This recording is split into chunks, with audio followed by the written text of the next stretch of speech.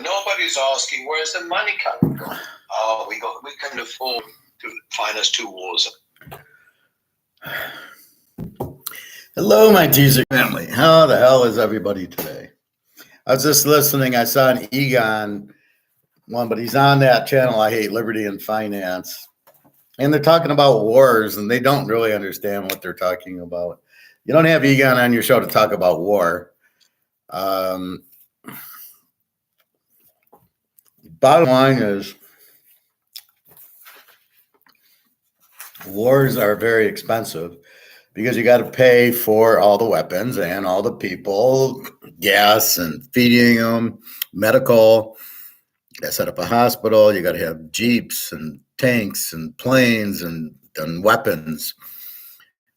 Where does you got to buy them? There's no revenue being generated. It's all costs. So I don't understand this whole thing. I don't understand the title. There's no save this broken economy, this broken system of debt. Sure, it's called gold, and they'll come out with a new medium of exchange that I taught you yesterday. It's really hard to understand this guy.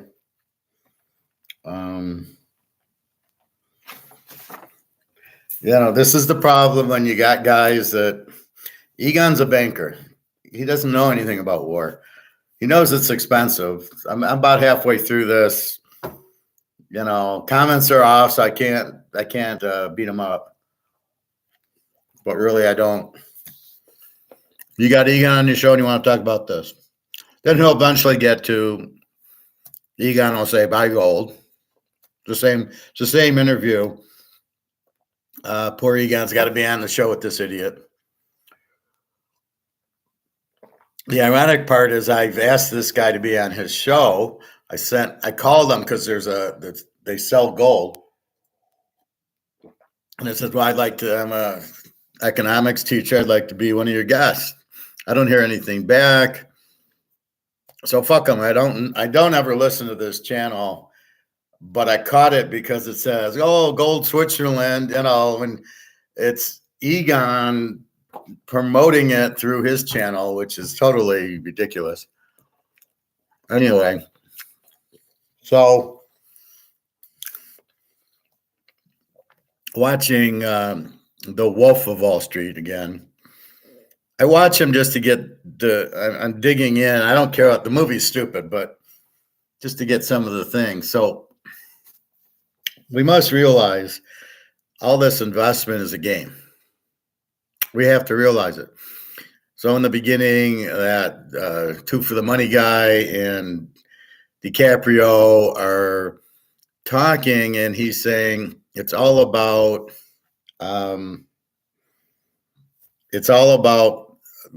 the people who make money but don't let them cash out. So it's like they buy Coke at 20, it goes to 40. Don't let them sell the Coke. Come up with chocolate, Oreos. You know what? Go into Oreos. Go into Heinz ketchup, and that way they never cash out. So it seems like they don't want you to cash out. So you stay in the system. As the inflation's coming, your money is worth less and less as you go anyway, because you could have 100,000 in stocks. It ain't worth 100,000. If you just stay even, it's worth less. So you have that. And the only thing I can compare it to is our football or craps.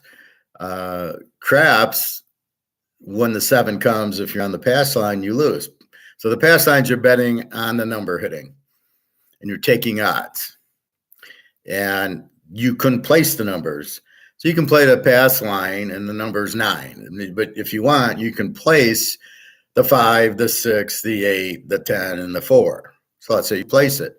And they hit some numbers. They hit 4, 5, 6 numbers. Now you can either leave your money on the table, like the stock guy's telling you, or you can pull your money from the table and take profits and keep doing it. For some reason, these stock guys, which makes no sense, don't want you to cash out.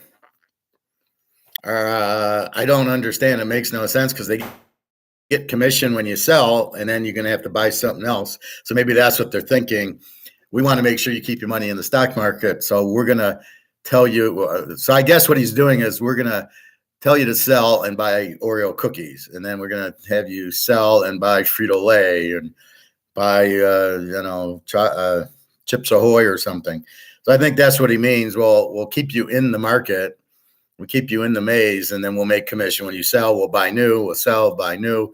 We'll keep your money there. We don't want your money out of the system, is I think what he's doing, because they get commissions. Do they give a fuck about you? No. You're handing these guys money that you worked hard for. You trust them. Unless you're Attack on Wall Street guy, you're going to kill them all. You probably want to kill them all. So then you have idiots running the country that are printing the money to zero. So it gets to the point where basically everybody will go broke because you're either going to stay in stocks, in which case, as the inflation hits, which it always will, because the government doesn't have the money backed by gold. So as the inflation hits, you're basically losing value on your money if you just keep it there. So if you got $100,000 and you put it in Coke, and then you put it in Oreo cookie, and then you put it in Hunt's ketchup, if it's still worth $100,000, now it's worth 80, right? And you never know that, but you're not taking your profits, right? So you can't take your money to buy gold or to buy a house or whatever you're going to do. And that's really the scam, is they can make the commission. So you watch Margin Call and you watch The Big Short, and all these companies are going bankrupt, and they're dumping their real estate trusts on the market. I was watching that one too, the Margin Call, and the guy goes, "We're selling to willing and able buyers." Well, no, you're not selling. You're selling like like if I switch this with water and I put some brown stuff in it, it's not the same as the whiskey, right? So you'll pay $100 because it's 30-year-old whiskey. But if I pull the whiskey out of it and you pay $100 and it's not whiskey, that is not let the buyer beware. That is not caveat emptor. That is, you're fucking them and you should go to jail for it. You should pay the price for it. That's not right, because that's not what they're buying. And so they're trying to explain, well, we'll sell them the real estate trust. Yeah, but it's all broken. It's not worth anything. And they're going to pay based on it being worth, because you're saying it and you're the company running it. That's what I have with these companies, that they keep thinking we're idiots. They keep thinking it's not our fault. It was at market price. It's not at market price. Market price is for AAA rated mortgages, not for this. Or market price is Coca-Cola. But but it's not really Coca-Cola. By the way, the president stepped down. Well, it ain't the same company. So keep in mind, the brokers and these financial planners are in it for their commissions. They're not in it for you. So why do you want to talk to them? Right? Because you don't know. Well, you got to learn.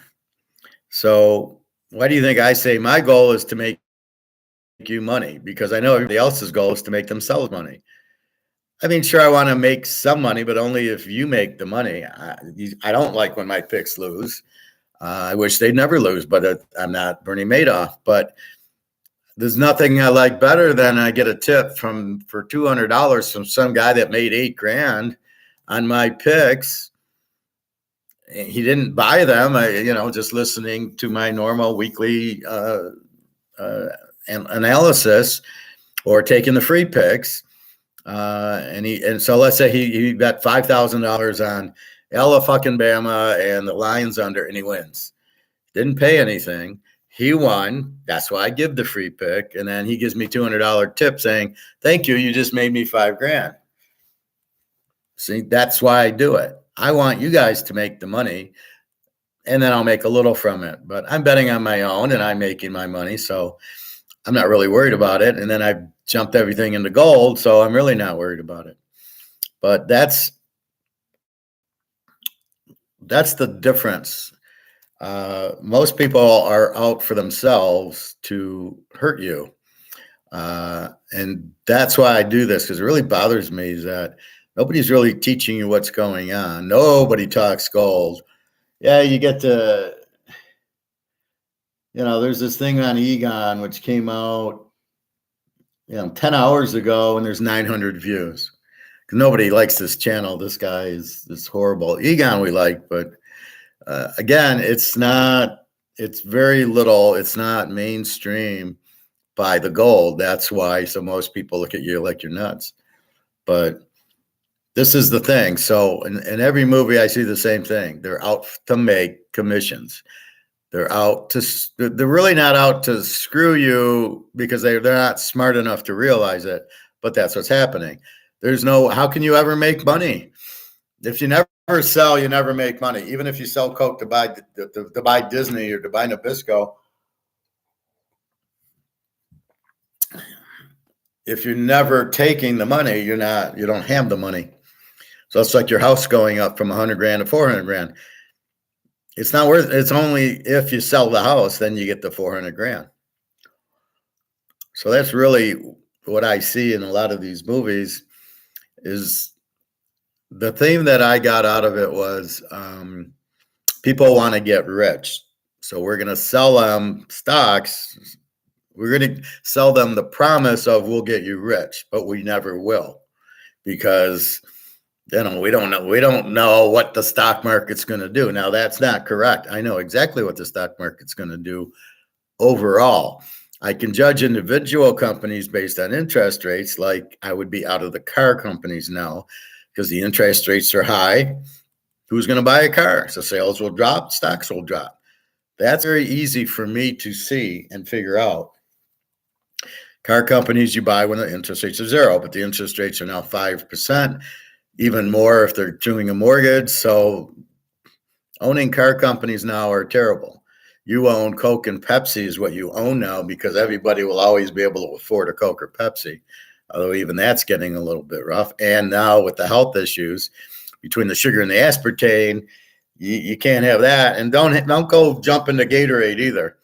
The only thing you can have is this with the little ginger and cinnamon in it.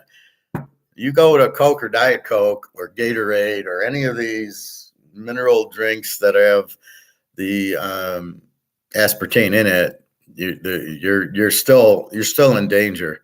So be careful. Like Bobby, you probably have Gatorade. Be careful with that. There's a lot of sugar in it. So that could be causing you problems when you work out and you have a Gatorade and you go, oh, it's not a Pepsi. There's a lot of sugar in it, and that still could be bothering you. I heard from my friend who had the water in her arms and legs. She says she's fine now. She didn't tell me what it was, so I don't know why she had it. I don't know why it came, and then apparently she's okay, so I don't know what's gone. I don't know what it is. I've said, what is it? She doesn't know, or she's waiting for the doctors, but that's not a good sign when your arms and legs are full of water. You're either having a heart attack or your kidneys and liver are failing. Anytime you get that, you better start a 3 or 4 day fast, because you're in a lot of trouble. You're failing. Anyway, so that's what I'm taking from these movies. It's not about you. So the common goal is you work hard, you make money, you want to make more money. Okay, very ambitious. However, since you don't know you don't know how to play the game, you have to go to others for advice on how to play the game. But you don't know who to go to. You need to find somebody like me to play the game with. You cannot play the game with a stockbroker. Look at the guy on Attack on Wall Street. He killed the guy because he kind of lied to him. Hey, Greg or John. So you want to play the game of making money with my money. You want to play that game, and the only way to play it, you got to understand the rules, is to find somebody who can teach you the game. Unfortunately, nobody does. They all going, well, I got 30 grand. How do I make money on it? And then they wander in and buy stocks. Oh, I'll buy stocks. They go up. Not in this economy, they're not. So you don't understand the game. If you go to a stockbroker, what you're going to do? He's going to put you in the highest commission things that there are, like real estate trust or annuities or stuff. You don't want to be in paper. I talked to one of my lifeguard friends today while I was working out, and I said to her, here's the difference between me and everybody else. We're on the Titanic and it hits the iceberg. And the first thought I do is to say, we just hit the iceberg. I want to go to the lifeboat now. I don't want to wait to go to the lifeboat. I'm going now. Everybody else is saying it's unsinkable and everybody's, ignoring it. And then as the water starts seeping in the ship, then they start realizing, oh, we're going to sink. And then there's the frenzy to get on the lifeboat. And I'm already sitting there. Me and Bobby we've been on the lifeboat for an hour because we're sitting there going, yeah, as soon as it hit the iceberg, we knew we were done. Or we might have made a quick check and said, are we okay? It hit the iceberg. And the engineer guy's saying, no, it's gone over 5 things. We're going to sink. And then I would walk over to the lifeboat and grab my gold and go and sit and grab a bite to eat and let's go watch the ship sink but we're 5 steps ahead. That's my point. A causes B causes C. So hit iceberg, sink, get the fuck off now while there's no crowd. Inflate the money. What's going to happen? It's going to go to zero. And then what's going to happen? Gold's going to go through the roof. So as soon as they start printing money, I'm buying gold 2 years ago. No, well, why doesn't gold never go up? Well, this time it's BRICS. This time it's Russia and China. They've been accumulating. That's the difference. So, yes, we're going to get the big kick.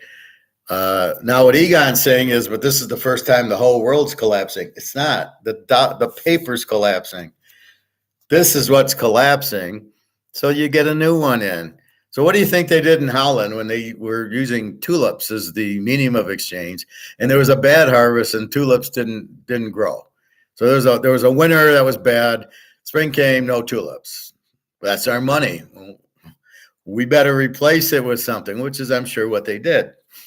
And there's been many different things as a medium of exchange. I think cows were, seashells, all this stuff, and then eventually they've went to this paper as the medium of exchange. I don't know why they got out of coins. It was probably cheaper, but that's the thing. So once you see you follow it to its conclusion, right? So it's basically you're printing money, which is inflation, means the value is going down, and then you've got eventually the inflation corrodes the money.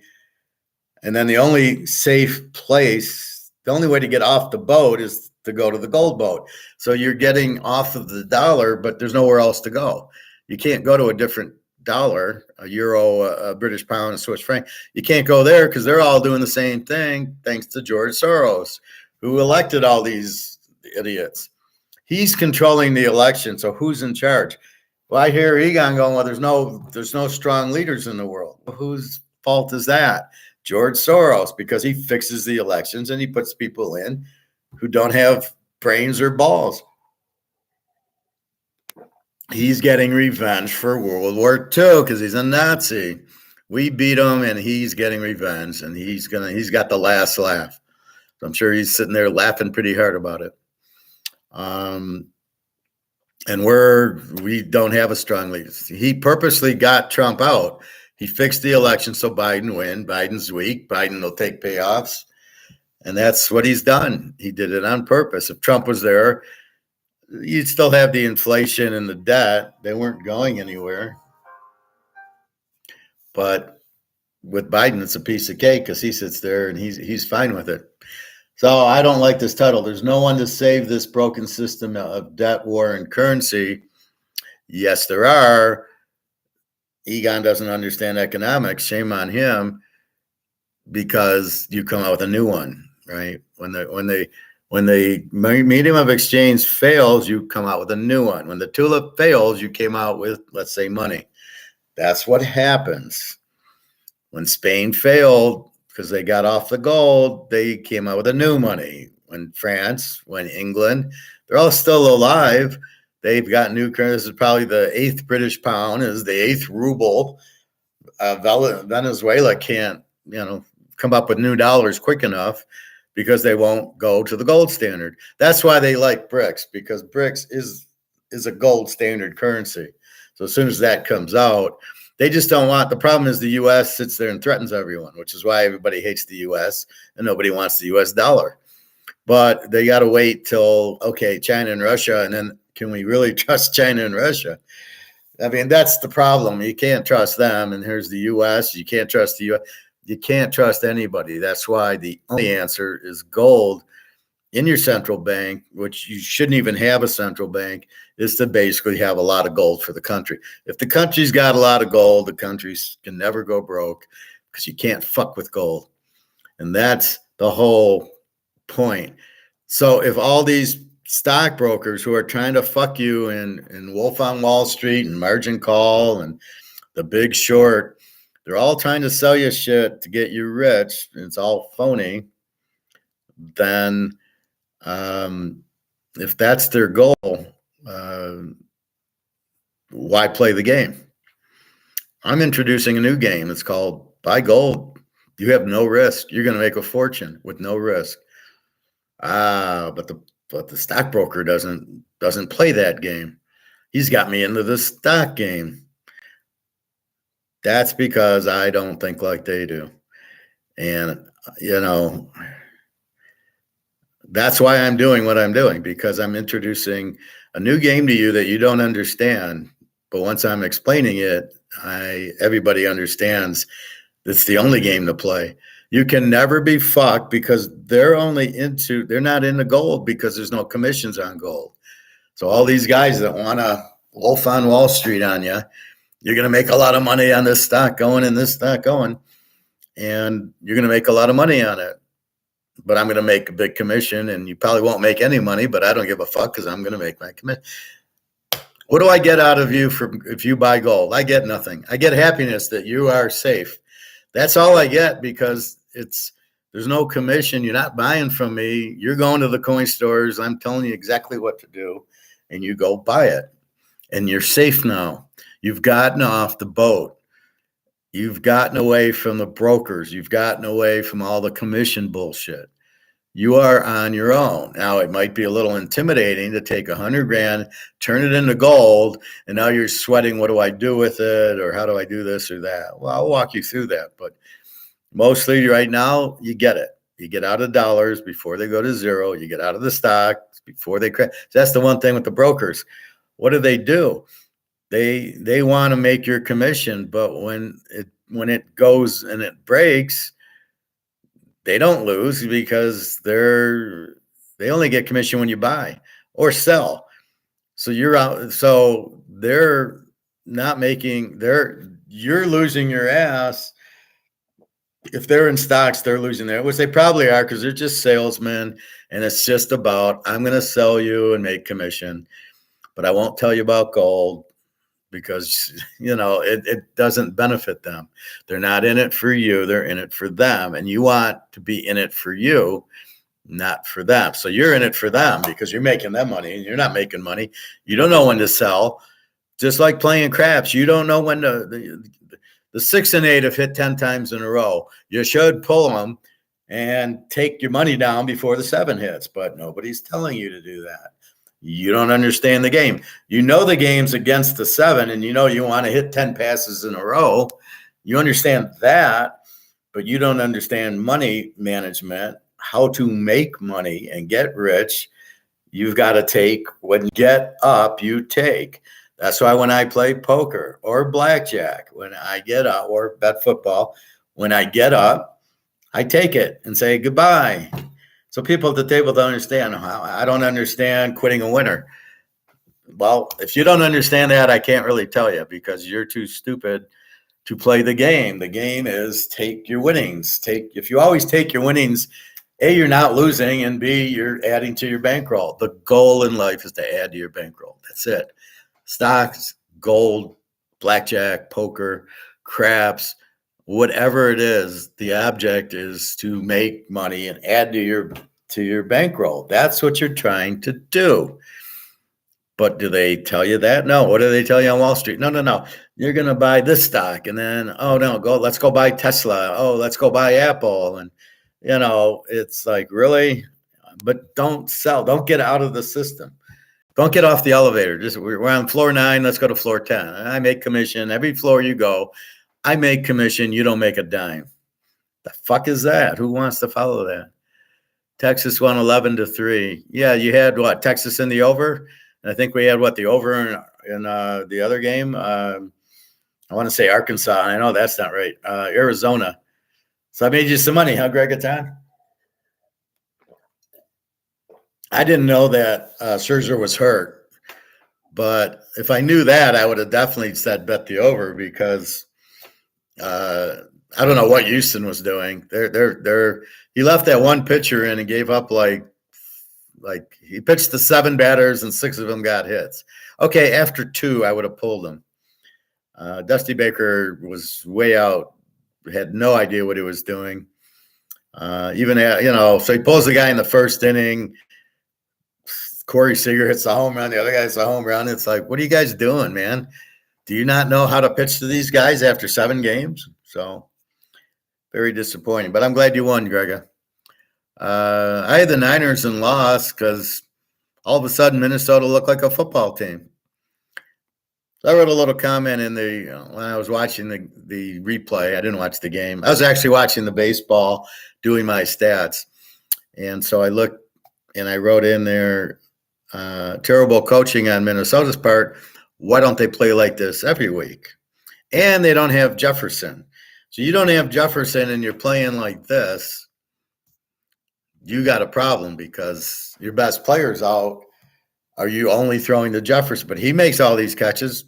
How come your defense doesn't play like this? How come your quarterback doesn't have his head up his ass every other game? See, this is like Michigan State, Michigan, where Michigan State will get up for Michigan, but then they lose to Purdue and Rutgers. And your question is, well, why can't you get the team to do that every week? The Niners, well, okay, McCaffrey played, fumbled at the goal line going in, or they win the game. In the first drive, you got to the 5, he fumbles. And I'm not even sure it was a fumble. It looks like he landed and the ground caused the fumble. But that's what he did. And otherwise, they win the game 24-22. And I got 49ers here. I mean, I don't understand. We'll go through NFL. Too many inconsistent. They're not even inconsistent. They're just bad. This is the problem. I bet the Niners even after a loss. I should have won that bet 99 times out of 100. The best team off a loss would get fired up. They played like shit. This is the Vikings who suck. They're worse than the Lions, and they lost. They're not a good home dog. The Niners, where was their defense? Where was the defense that played Dallas? Where was that defense? See, the Niners were unmotivated. That's the coach. And now they got 2 losses. And who do they get next week? They get Cincinnati. That could be 3 losses because the way Burrow's playing right now, he's pretty pissed off. And they're laying 6 to Burrow. I'm not betting them. I would think you'd get a much better performance, though, out of them. I might have to go over/under because now I'm a little scared of San Francisco. People have a tendency of looking at it. Now I'm like, well, maybe the Lions won't win the division because now they're going to lose to Minnesota twice. And that puts Minnesota in first place because they got 3 losses. The Lions will have 4 losses. First, everybody talks how easy the Lions' schedule is. And I don't understand. It's like they play the NFC South, the worst division. All 4 teams suck. And then they're playing, the NFC West, which San Diego should beat them. They should have lost to Kansas City if they got lucky week 1 when Kelsey was hurt. Then they got Oakland next Monday, and then Denver. Now, Denver, let's see, Denver. I think Denver's in Detroit because Oakland's in Detroit. It was at Kansas City. I think it's at San Diego. They're going to lose the at San Diego or at Denver game. You don't really want to play Denver now. Denver's starting to get going. And San Diego, as you can see, a passing quarterback gives the Lions all sorts of trouble. All of a sudden, they made Lamar look good. Lamar sucks. But when you give him, why didn't they blitz him? Again, it's very simple. Just blitz. And why do you have all your linemen in the game? You need to put in 2 or 3 extra safeties. You need to get your linebackers out, put in 2 more safeties, and have 6 defensive backs in there and blitz them, because the safety's quicker than a linebacker, and a lineman can get to Lamar that much quicker. And that's what you want. You want to blitz him, not give him any time. He won't be able to read it, and you sack him. That's how you beat him. You don't sit there, not get pressure on him. A guy like Lamar, you got to pressure. He doesn't know what he's doing. He doesn't even know what team to throw it to. The Lions still can lose to crappy teams and lose the division. Well, I don't think they're going to win the division. If I look at it, see, they got lucky, right? Who did they beat? Carolina, Atlanta, Tampa, and Green Bay. Not exact. Now, these teams are so bad, but I don't know who else they got. I don't think they play. They play the NFC West, which is Denver and San Diego could easily beat them. We'll see if Oakland doesn't beat them, although they're such bad coached. How the fuck does Oakland lose to Chicago? I mean, this is the problem. As bad as Chicago is, and then you got the wrong quarterbacks in. Chicago goes to the guy who works at the grocery store, and he wins. They go 30-12 with the stock guy. So trade Fields, because obviously he's in over his head. I don't know who would take him. These are not quarterbacks. Him and Lamar and Hurts are not quarterbacks. They're running backs. And I am so sick of that Philadelphia play. How it's legal. You want to go play rugby? Go play rugby. This is football. You don't do that in football. The quarterback has to make it on his own. And he's being pushed from behind, which is the illegal part of it. That should not be in there. I don't know what they're actually thinking about allowing this play. And then they're trying to say, well, we're the only ones who can run it, Philadelphia. Nobody else can understand it or run it. Well, because you got to push your quarterback with the tight end, and nobody wants to blow up their quarterback. So I'm just waiting until Hurts blows his knee out in it, and then that'll be the end of the play. That's probably what the NFL is waiting for. It is cheating with the play. That's why I don't like it. It should be based on what the quarterback can do, not being pushed by tight ends and offensive linemen is not in the rules of the game. That's not part of football. And if it's part of football, it's not the football I know or want to watch. I don't like it. I think it's stupid. I don't think it's football. And I'm waiting for Hurts to break his knee, and then that's the end of it. Mahomes tried that. He tried a quarterback sneak, and he hurt his kneecap, and that was it. He won't quarterback sneak again. So it just takes one injury for Hurts. Now, if I'm the defense, the problem is the second push from the guard and the tackle. That's the problem. Hello, Samuel. How are you today? The problem is, if you watch the play, Hurts does the normal quarterback sneak, but then there's the 2 big guards and linemen and tight ends behind them. Then they start pushing. And that's the illegal part of it, because the defense can't get to them. That's why it's illegal. And really, I guess the only way to really do it is to try to get some defensive players to get to them. That's the only way to beat it, or just take Hurts' head off. I would just clothesline him. Like, you want to come in here, you're going to give me my 15-yard penalty. Do a Jack Tatum on him. He won't do it again. And that's really what you need is instead of going low on the defense, just take him down. Just give him the forearm to the neck and say, here, you want to come in? This is what you're going to get. Oh, 15-yard penalty. Yeah, it's a good one, though. I don't give a fuck. Okay. Samuel, Greg and John? Greg and John, you bring your friends? Thank you very much. The more the merrier. Yeah, I think it's easier if I teach you than you try. Bobby has that problem with his like family. So it's like, oh, I'm gonna go buy silver and gold, and the family looks at him like he's nuts, and he tries to explain it, and I just sit there and I'm like, Bobby, let me explain it to him because I can explain it in a way that you guys get it, but if you guys try to explain it to your family, they don't get it. Even Jenna, I give gold and silver when I meet her in Europe, and she understands gold and silver are good, but she doesn't understand. She doesn't get the value. She sees silver at $25. She thinks it's only worth $25. It's going to be worth 2,000. Just wait. But I don't know that she can connect the dots. Now, when it goes to 2,000, then the light goes on in Jenna's head, and she'll go, "Oh, now I get what you're doing." Anyway, so again, keep in mind these movies all show you what they really show you is they're all trying to make commission on you. They want your money so they can make the commission. They don't care if you make or lose. They just want your money. So if you put your 100 grand in the stock market and you think, I got my broker, I'm going to make money, out of your fucking mind. Not only are you going to lose the whole thing, but if you're lucky enough to make it go to 110, you're not going to sell it because they don't want you to sell it.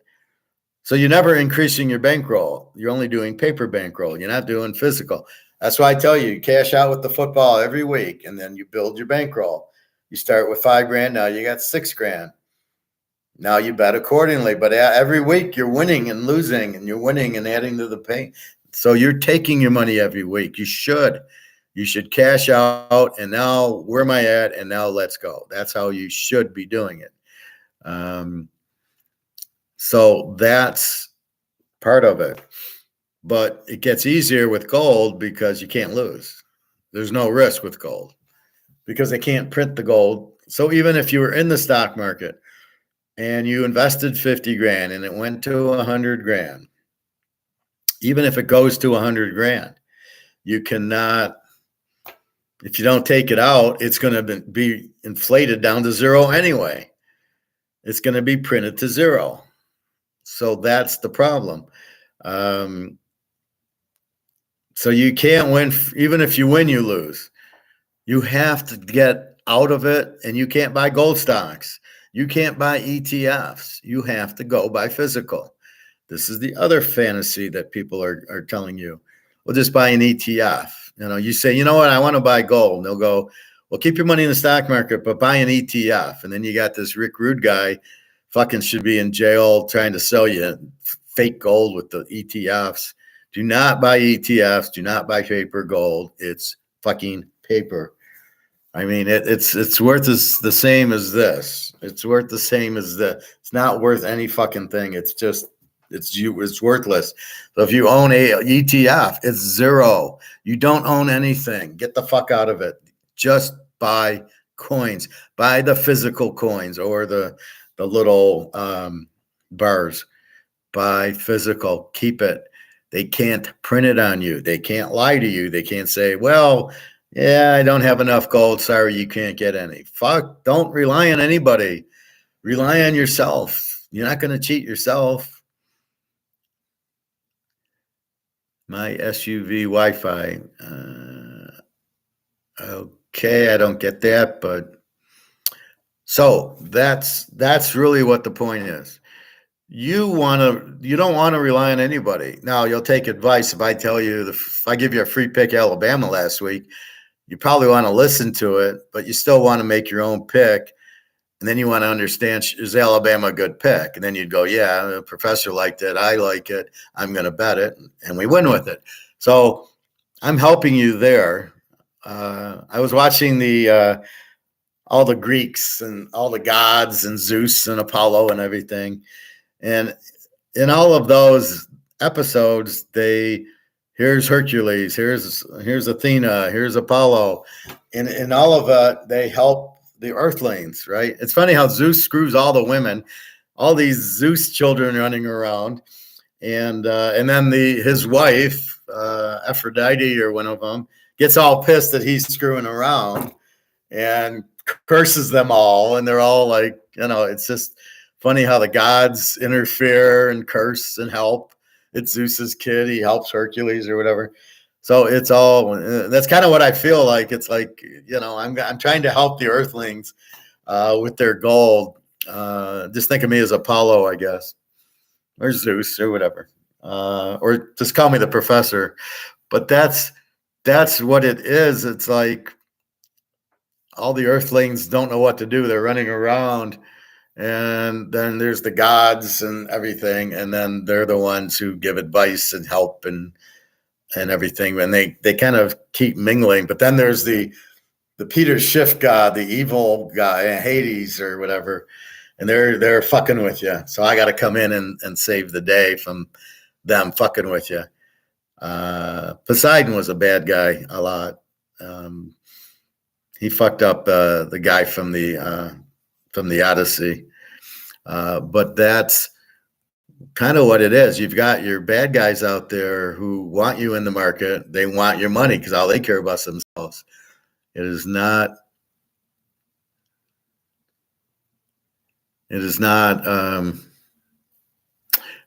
They don't care about you. Because I'm an INFJ, I do. I think that's one of the things. Not only am I psychic, but I want to help people. So that's few and far between, people like me, and I get that, but that's why I do this. Anyway, pat myself on the back. So I'm trying to prevent you from being a Greek tragedy and getting crushed. So I'm trying to prevent all that. But anyway, that's what you have to understand. The games are rigged. They just want you to play the games, be it stock, bonds, banks, or craps or whatever. But you have to understand the rules. You have to ask the questions, and you have to take your money. No matter what it is. If it's stock, sell it. What did I do? I was in the gold stock. I'd buy at 10:30. I'd get out by 3 or 4. So it would go down. It starts coming up. I buy and go for the ride. When the ride looks over and it starts coming down, I get the fuck out. So I'm buying at 10:30. I'm out by 2, 3 o'clock. And I'm taking my money and I'm adding it to my bankroll. That's, $500, $600 a day. Fine with me. It was a healthy week. It was a healthy month.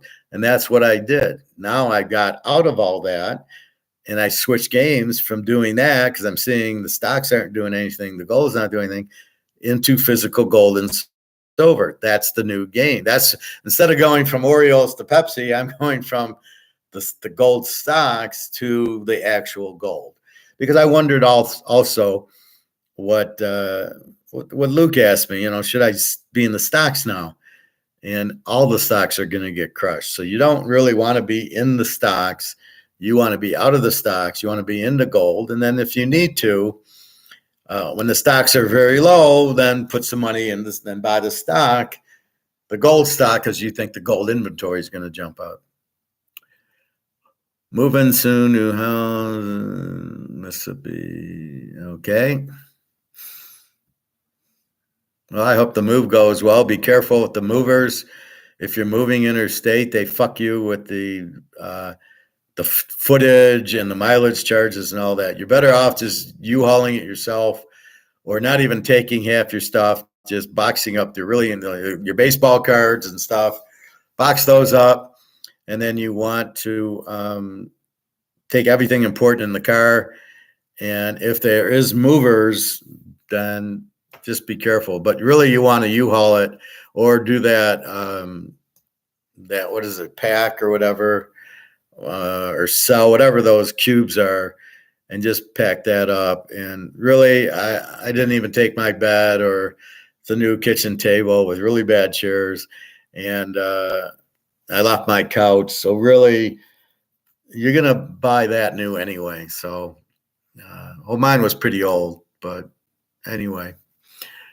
So basically, understand the game, right? So if we're understanding gold, we know JP Morgan's been keeping the price down. It's about to blow up because of the Russians and Chinese. The price will go up on physical. That's it. So you want to be in that. The stock market's going to crash because there's $90 trillion of foreign investment that they're going to realize the dollar's gone and they're going to sell it all.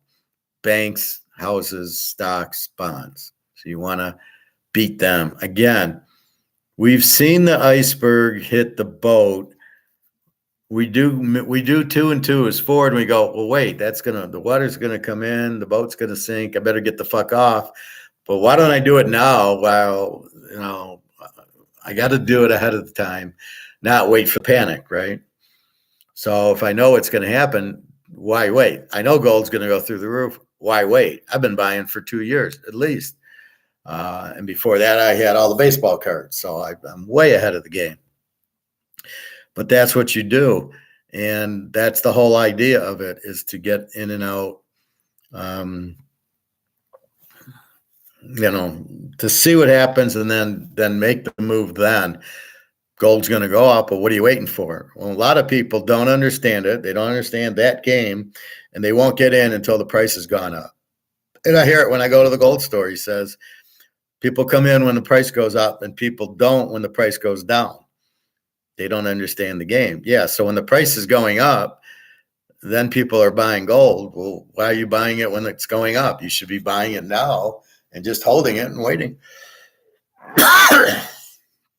That's really the key to it. You don't want to, you're not really looking, you're looking ahead.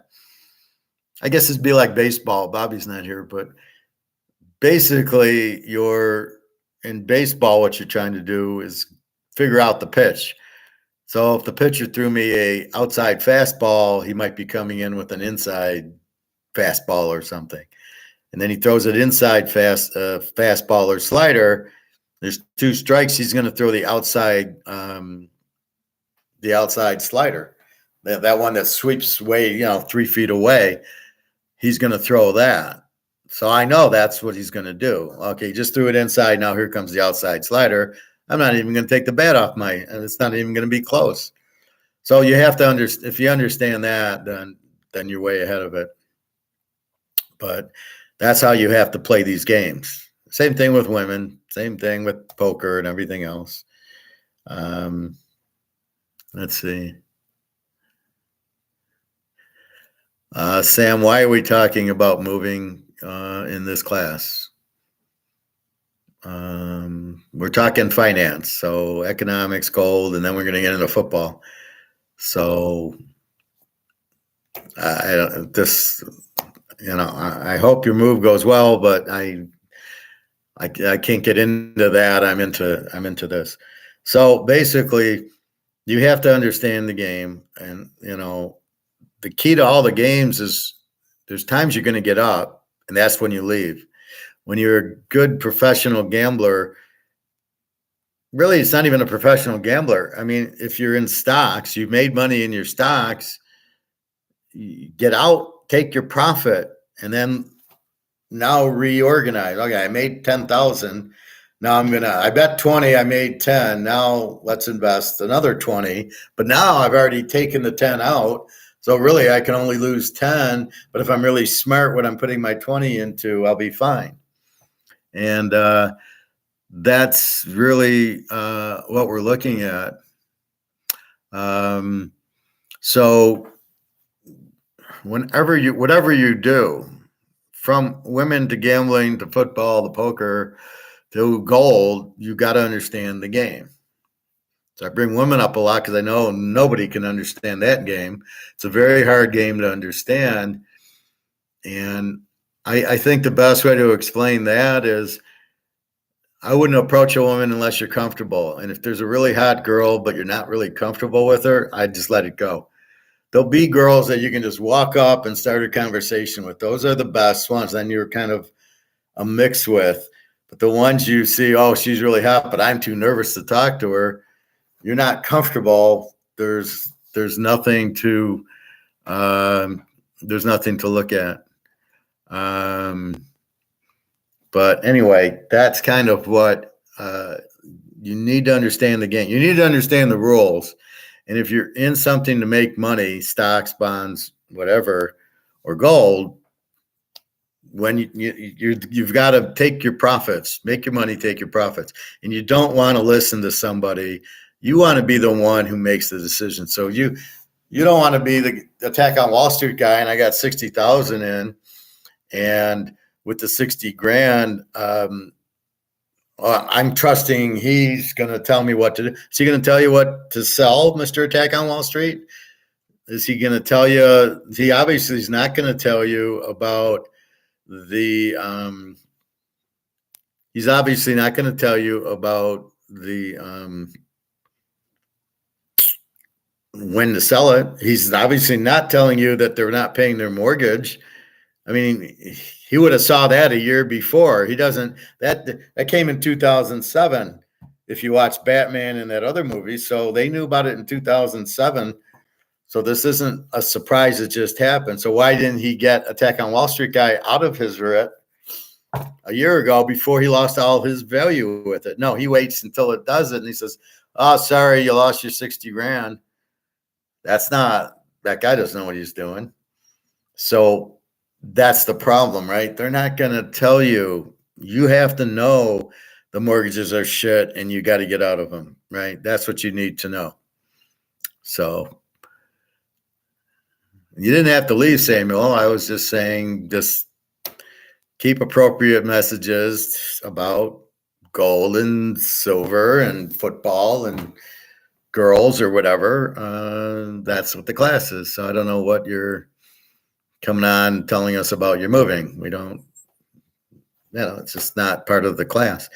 Anyway, so that's what I keep noticing in the movies. The guys are just worried about their firm. Jeremy Irons, all we care about is we survive. We don't care about the customers. What the fuck you doing in business then? And you think you're going to stay in business? You think anybody's going to, like he said, anybody's going to buy from you? So that's what I was noticing. Really, I just noticed, Egon, there's nothing to say. We saw Mark McGuire over the weekend and pointed to his where the COMEX is blowing up and we'll have a real physical gold price. Yeah, you don't have to retract your messages, Sam. Just if there's something that comes in that you want to know about gold, about poker, about football, girls, ask those type of questions because that's the topic. If we have a topic on, I won't really do it on moving, but I have shared my moving experience. And what I said is be careful because the move, I moved from Alabama back to Detroit and they came and they said, oh, the square footage isn't right. You only paid for 300 square footage. You need 600 square. And they wanted to charge me another like $10,000 or no, another $1,000. I said, no, I negotiated for $2,000 to move back to Detroit. And I told them I had so many rooms and so many boxes and they were like, no, that's not right. And they wanted to charge me another $1,000. I told them to fuck off. So if you're moving interstate, I tell you, just load your car up. The rest goes into a U-Haul locker or somewhere where you can store a storage place to put your essentials, your kitchenware, your stuff, and then drive back to Detroit, empty your car, and then drive back to Alabama when you can. Do a second trip, and you're going to be way ahead. And just like I said, all my furniture I gave to the church. And I just donated it. I even donated it. I had like a set of 12 nice dishes, right? And silverware and everything. There was this nice girl at one of these stores. And I ended up giving her like 4 or 5 place settings. I said, I don't need 12. So I gave her like I think it was a 4-place setting because she says I'm eating off of paper plates. So I gave her dishes and silverware and glasses, like this, real glasses, and gave it to her and said, here you go. And she was like, wow. But otherwise, they're going to fuck you over. What pissed me off is the mover I hired didn't even show up to move it. He subcontracted it out to another mover who didn't, everything we talked about, he didn't know. And he came 3-4 hours late, and I didn't really want to do business with him. He was rude, and then they wouldn't take my debit card. They wanted cash. I says, I don't have cash. I already said I'm using credit card. So anyway, I don't use them anymore. I don't recommend them. I don't recommend if you were to move to Vegas, I would tell you just go buy furniture in Vegas, and the money that it's going to cost you to move will pay for the furniture, and then you'll have new furniture. That's what I will help you with.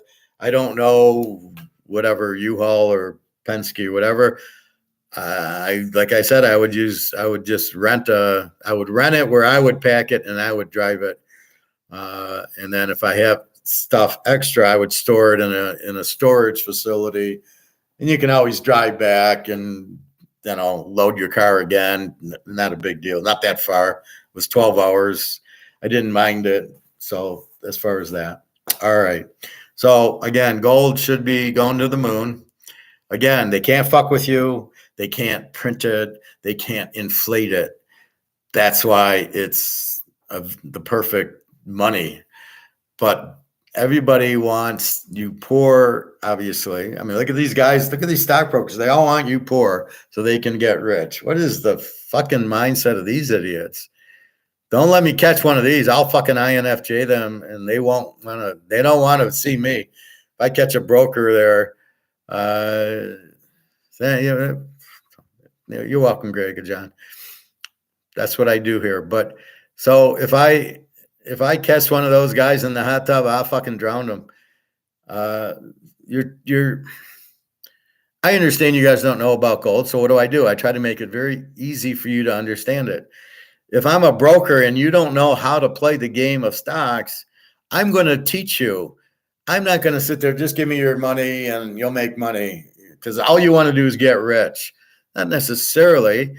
They want the Attack on Wall Street guy had $60,000. He just didn't want to lose. He says, I don't want risk. I just want to, he should never have done that. He should have bought the gold, or at worst, just put it in a savings account. Like, what was he thinking to go do that? That made no sense. So that's what my point is, as far as that goes. Don't play a game you don't understand. And that comes really handy with women. We don't understand any of their games, nor do they. So be careful playing the games with women. Very tricky. Go very slow. Go very gentle into that good night, as Rodney Dangerfield would say. Just see what's going on here. And it's got to be a girl that's easily approachable. These girls that are pretty, that you're kind of shy to talk to, there's a reason, because you don't fit. The chemistry isn't right. I was looking at this girl. There's two lifeguards. One, she's okay. She reminds me of the girl from Alabama, and she just is not friendly. She just sits there like this. You don't even really. I tried talking to her, and she doesn't make eye contact. So which one do you want to be with? So why even bother the one that's quiet, that has, God knows, mental issues, like that girl in Alabama, where, oh, you're giving me $100. It's purely for sex. I'm like, what are you talking about? So that's what you got to stay away from. You want to be with the ones that are easy to talk to, that are honest, and that they're not going to hurt you, and, get one that's your type, that you want to, you'll have, you want to enjoy and have dinner with and talk to, watch football with and stuff like that. So it's got to be the easy talk. And that's what I have a lot with Jenna. We get along very well. This other girl, Carmen, I don't get along with well at all. I mean, we fight all the time. I just said, fuck it, I don't want anything to do with her. Carmen was prettier, but Carmen's a bigger pain in the ass. Carmen was the one that we'd go out and she'd get these $20 drinks. So my $60 bill is $120 because she got 3 drinks on it, and I'm like, you're paying next time. I'll buy you dinner, but you want to buy 3 $20 drinks? You're out of your fucking mind. Well, that's what we do in Romania. Well, go date a guy from Romania and let him buy you $20 drinks. But Jenna doesn't do that. I mean, Jenna's very careful about money. She understands it. and she understands gold and everything else, and she's very easy to be with. So that's the difference. That's how it's got to be. But it's like investing. It's got to be something you're comfortable with. So if you don't understand a real estate trust, and you don't understand that if the people stop paying on their mortgage, the bond goes to zero, or the trust, if you don't understand that, you can't play the game. It sounds good. You'll make 8% as long as everybody pays their mortgage. Who doesn't pay the mortgage? Well, since 97, when Clinton came out and said, we're giving everybody mortgages, even if they have no credit or no job, you just changed the game. But who knows that? I know it because I read it, but who else knows it? See, I understand things most people don't understand because of my background, which definitely helps playing these games. And that's really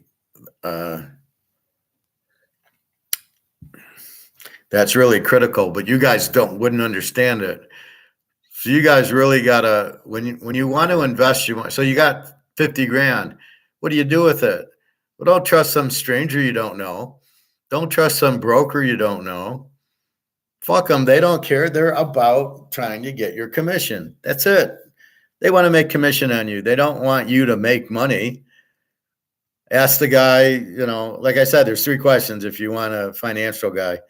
A, what do you think of gold? 2, do you know there's paper gold and physical gold? 3, what economics do you adhere to? Austrian or Keynesian? He probably won't be able to answer any. He certainly won't be able to answer the economic question, probably not the gold question. So you get up and you walk out. He doesn't know what the fuck he's doing. You don't want to play with him because he's an idiot. Why would I give this guy my money? So you just don't. I've never had a broker. Like I said, I went to one broker. He recommended Coca-Cola. I said, I don't want a lot of risk. And then he shows me a ruler that the thing goes up. And I had enough economics where I go, nothing goes straight up. It goes, unless it's Madoff, it goes up and down and up and down. So I got up and walked out and never talked to another broker. I went online and I did my own stocks until I could see that they're all dead. And then I go buy my gold on my own hearsay. Granted, I was taught it, but that was in 1995. So basically, buying gold now, I'm not listening to anybody but me. And but I know that's the right thing to do. That's why I tell you guys to do it, because I know we've hit the iceberg, and I better get off the boat now because the boat's going to sink. So it's kind of the same thing, and that's what you have to do with it. Okay, let's get into some football. Yes, we know football is insane. Well, look at the Lions. The Lions were a 19 defense. They were an A team with a 19 defense, played Baltimore, and now they are a E team with a 22 defense. They lost 3 points on defense in one game in week 7. And they went from an A team to an E team. So they were scoring 26, 27 a game to now they're scoring 22 a game. So how do we break this shit down? The problem is there's a lot of bad teams in the league. So what I try to do by ranking the teams, over, unders, A's, Z's, is based on the points. But I've got to be careful because the Lions played 4 of the worst teams. The 2 good teams they played, they lost. In the Kansas City game, we just can't count. I mean, they should have lost it, but we can't count it. It's week 1, and week 1's not real. So I'm going to choose to ignore it. But that really doesn't skew their rating. But what skews it is giving up 37 to Seattle, giving up 34 to Baltimore, or 35, and then playing Atlanta and Tampa and Green Bay, giving up 6 points. So wait a minute. There's teams with they're not even college offenses. I don't know what is the Atlanta offense? What's the Carolina offense? And so the Lions play the NFC South for some reason, and and really there's so many bad teams. Let's go through our list here. So A teams, the best teams in the league: Buffalo, Kansas City, San Francisco, and Baltimore. There's 4. If we add some B teams, Philadelphia, Dallas, and I doubt Dallas, Seattle. Dallas and Seattle, I don't know if they're really that strong. So you got basically 5 good teams, of which Buffalo lost to New England, Frisco lost to Minnesota, Seattle won, KC won, Baltimore won, and that's it. So you have 5 good teams, right? One, 2, 3, 4, 5, 6, 7. Let's call it 7 if we include all the A and all the B that are kind of eh. So there's 7 good teams out of 32. Of the 7, there's 4 A's, which I don't even know. That's including Frisco and Buffalo, which clearly aren't A's. A's don't lose at New England and at Minnesota, 2 of the worst teams in the league. And you're supposed to be the best team, and you go there and lose the game outright. I can see not covering, but losing the game outright. The coaching's terrible. The reffing's incredibly bad. This push play by Philadelphia is the stupidest play I've ever seen that should be illegal because it's not really predicated on football. Having 8 guys push your guy, I don't know what that is. Football's about Barry Sanders making moves and you can't tackle him and then he goes. Not pushing Barry Sanders, letting him run, letting Walter Payton run, letting Jerry Rice catch the ball and run after it, or Jim Brown. Can you imagine somebody pushing Jim Brown? He'd turn around and smack him. You can get off me. You're killing the game. You're making it almost unwatchable. There's so many. So let's look at the bad teams, the W's and Z's. So if we go through that, Carolina's a Z, Washington's a W, New England's a W, the Giants are a Z, Denver, I don't think they're a W. I think they're skewed by the 70. Arizona's a W, Chicago's a W, and Oakland's a W. We got 8 teams that are incredibly bad, but maybe Denver's getting better. They beat Green Bay, and they beat Chicago. So again, they're beating the very weak teams. And that leaves you overs and unders, of which you got New Orleans under, Pitt under, Houston under, the Rams under, the Jets under, Atlanta under, Tennessee under, Minnie under, Green Bay under, Cleveland under, Cincinnati under, but Burrow was hurt. So you got those teams that don't score. And how many teams that score do you have? Indy, all of a sudden, Indy's scoring with Minshew, but you didn't have the intelligence to start Minshew. You started Richardson. So they're getting a break because of the injury. Miami, they're an over team. And San Diego, you got 3 over teams in the league. So you got 3 teams. This is supposed to be a team of high scoring excitement. I don't know what the fuck they're trying to make it into. No, this is football. This is not. Then I saw a commercial for flag football, and I just said, you've got to be kidding. They're doing flag fucking football? Oh, my God. Well, they got everybody so scared of injuries. Yet there's probably more injuries now than there have ever been because of all these hamstring and other type of injuries. So what do you have? I mean, this league is terrible. Okay, so Buffalo off of a loss plays Tampa at home. Can you trust Buffalo? You got Jacksonville as a 3-point favorite. You're going to trust them? You got Indy a 1.5-point favorite. You're going to trust them? You got Houston 3 over Carolina. Can you trust them? But Carolina's so bad, maybe. Philly 7 over Washington makes sense. Dallas 7 over the Rams. Can't trust them. Miami 9 over New England. They're like USC. They have no defense. Now, we don't know which New England team shows up.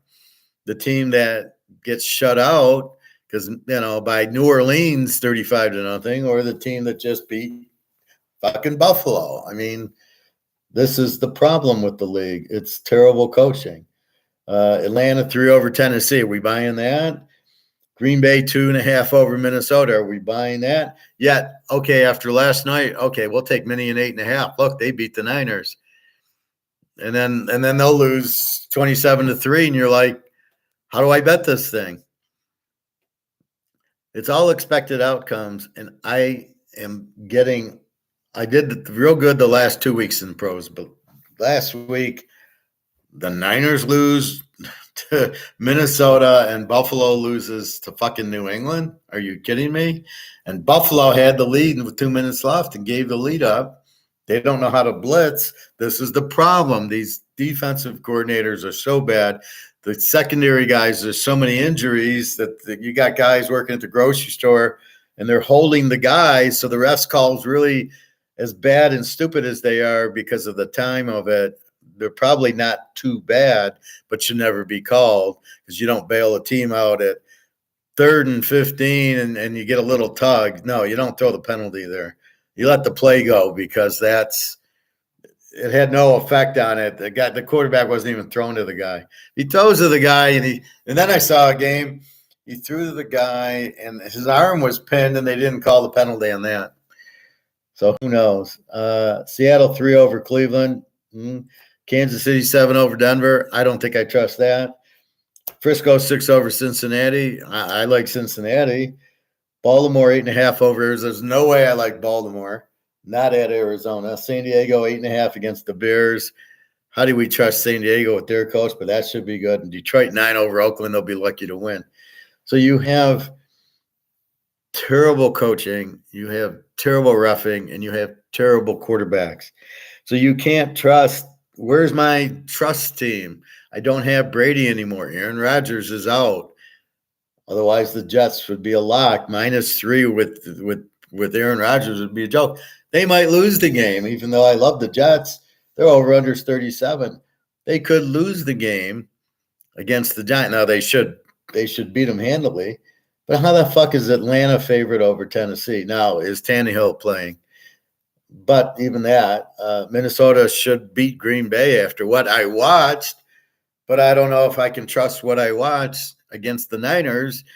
They're going to show up against Green Bay. And if Holmes plays the running back, I can't take Minnesota. If he's still out with the hamstring, I can. But if he's playing, or Adam Jones, whatever, I can't play it.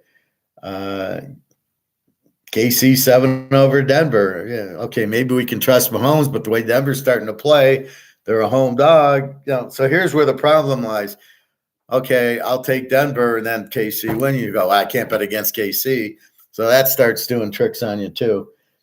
The Niners, Cincinnati, I can take Burrow and 12 to the bank. Baltimore, oh, look what they did to the Lions. This isn't the Lions. They're not at Baltimore. This is in Arizona. It's a whole different thing. Where was Mahomes? Where was Lamar against Jacksonville? Didn't show up. Where was he against Pittsburgh? Didn't show up. He shows up against the Lions. Now everybody thinks he's great. Where was he? Let's look at week 6, Baltimore. They beat Tennessee 24-16. Oh, that was the London game. And the week before that, at Pitt, they lose 17-10. Where was Lamar? Where was he in London? 24-16. I guess they kicked 8 field goals. Where was Lamar? How come he didn't do anything there? So he does it against one team, the Lions, who can't stop anybody who can pass the ball. But they keep playing these terrible quarterbacks. Riddler, Young, and Mayfield, and Love. I mean, he's playing teams that don't have good college quarterbacks. None of these kids could do anything in college. What did Bryce Young do in college? What did he do? And then you got Love sucked his senior year. Mayfield, yeah, that was 10 years ago. And my friend and Riddler did nothing at Cincinnati. So he took a terrible quarterback from Cincinnati, a terrible quarterback from Utah State, and an average quarterback from Alabama who runs a system. So none of their quarterbacks are anything. These are the three quarterbacks you beat that couldn't be good in college. So how do you figure them out? Now they got Oakland. So here's Detroit 9 over Oakland. Oakland I got as a W, and they give up 23, and Detroit gives up 22. So Hoyer against Goff, they both suck. Everybody thinks Goff's a good quarterback. And I wonder why. I mean, what has he done that made you think he's a good coach? Oh, he beats a bunch of bad teams. Look what he did against Atlanta, and look what he did against Tampa. Wow, he's a star. Where was he against Baltimore and Seattle? Where? How come he disappeared? Where was he against Kansas City without their best player? The defensive tackle didn't play. Where was he then? He didn't show up. They only scored 14. They got a pick 6 there. So where against the better teams, where is he? He's a great quarterback against weak teams. Yeah, well, okay. So this is what I really have to dig into is what is their real value? So I have to rip apart the schedule and go, okay, Dallas 7 over LA. Really? Dallas got killed by the Niners. They lost to Arizona. And then you got the Rams losing to fucking Pittsburgh. Is Pittsburgh that bad or that good? Pittsburgh's a home dog to Jacksonville. Lawrence against Pickett. Do I take Pittsburgh there? They just went and beat the Rams. They got Jacksonville. How good is Jacksonville, which I don't think's any good? I don't like Lawrence. He's starting to run again. He thinks he's a Clemson. This is the problem. Why is Indy and Jacksonville favored? They both suck. They're only good because they play each other. The whole divisions played each other. Houston played Indy and Jacksonville played them.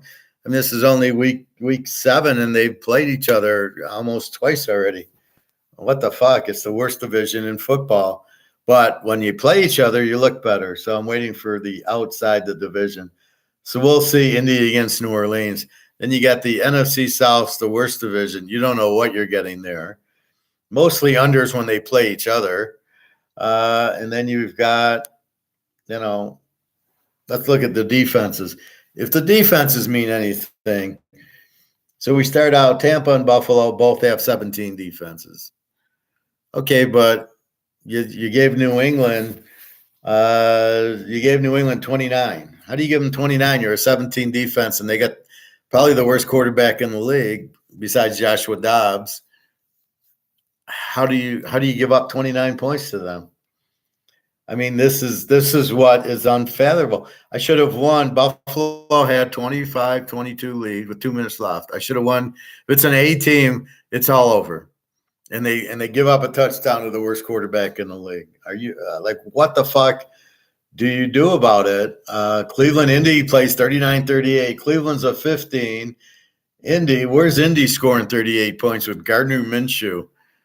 Are you kidding me? This is how bad the defenses are, and I really don't know what to do with it. So let's walk through these games, see if I can get some picks. So we start Thursday. Buffalo 8.5, 43 to Tampa Bay. Tampa Bay is an under team with a 17 defense. Buffalo, I'm going to call them an A- because an A team would not lose to New England. And a 17 defense, which I question that after giving up 29 to Jones. So here's where we have to really understand it. Are they really 17 defenses? Statistically, they are. I think what happens is the first 3 weeks are preseason, even though they're regular season, because they're fucking around with the preseason. We're not getting a preseason. So what do we do with it?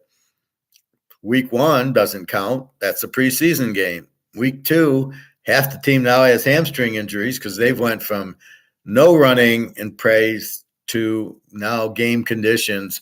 Go play 60 minutes, and they all pull their hamstrings. So now not only are you not dealing with players that have played with all the hocus pocus of the free agency and the draft, you need time to play together. So you have players that haven't played with each other. You have new coaches that half of them don't know what they're doing. You have terrible defensive coordinators because they're all in the analytics. So everybody's going on 4th down And then when they lose their job, they go, yeah, maybe that analytics isn't any good. Who was that? Jacksonville's coach kept doing analytics and kept losing. I remember when he went for 2, he ties the game at 17-10. He makes the touchdown 17-16. Instead of going for the extra point, he goes for 2 and he misses and he loses the game. So now he's out of a job because instead of just kicking the fucking extra point like 100,000 coaches would have done, every coach would have gone. It's stupidity to go for the win because you're also going for the loss. But they want to, oh, look, if he makes it, he wins. Yeah, his odds on making it are 3%. He has a 97% chance he's going to lose the game. This is what these idiots are doing. This is what you're dealing with. You're dealing with coaches so stupid they shouldn't be coaching, and yet somehow they are. And then you want to bet on these guys, and this is the problem. So then you get the injuries because they don't play preseason. And with the injuries come, then the backups come, and the backups are worse than the starters.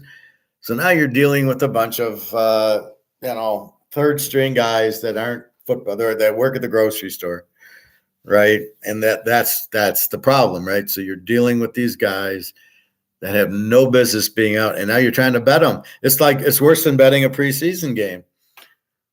Preseason, you're betting fourth stringers. So that's why I don't bet it. Here, you're probably playing four stringers mixed in with some starters.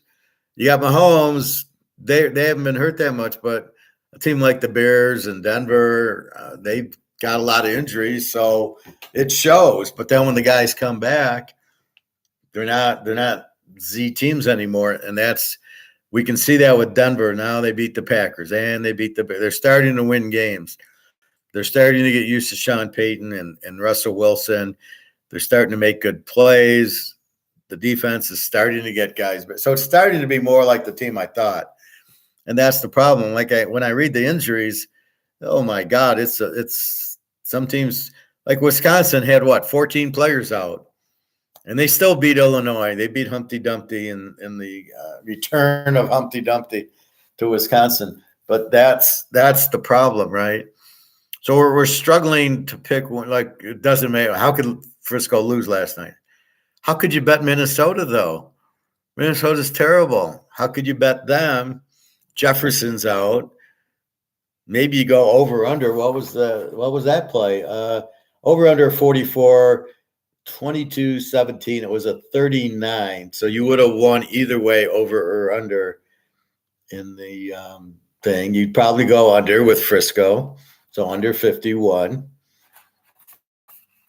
And that's why I do a lot of over-unders, because I don't know who the fuck's going to win the game, because it doesn't make any sense. But what I do know is, well, it should be high scoring or low scoring based on the quarterbacking and the scores they get. So I knew Frisco would score on Minnie's defense. It's terrible. But you had 3 turnovers. This is the difference. They lose 22-17, but McCaffrey fumbles at the 5-yard line going in. So that if he gets it, it's 24-22. They win. There was 2 interceptions by Purdy.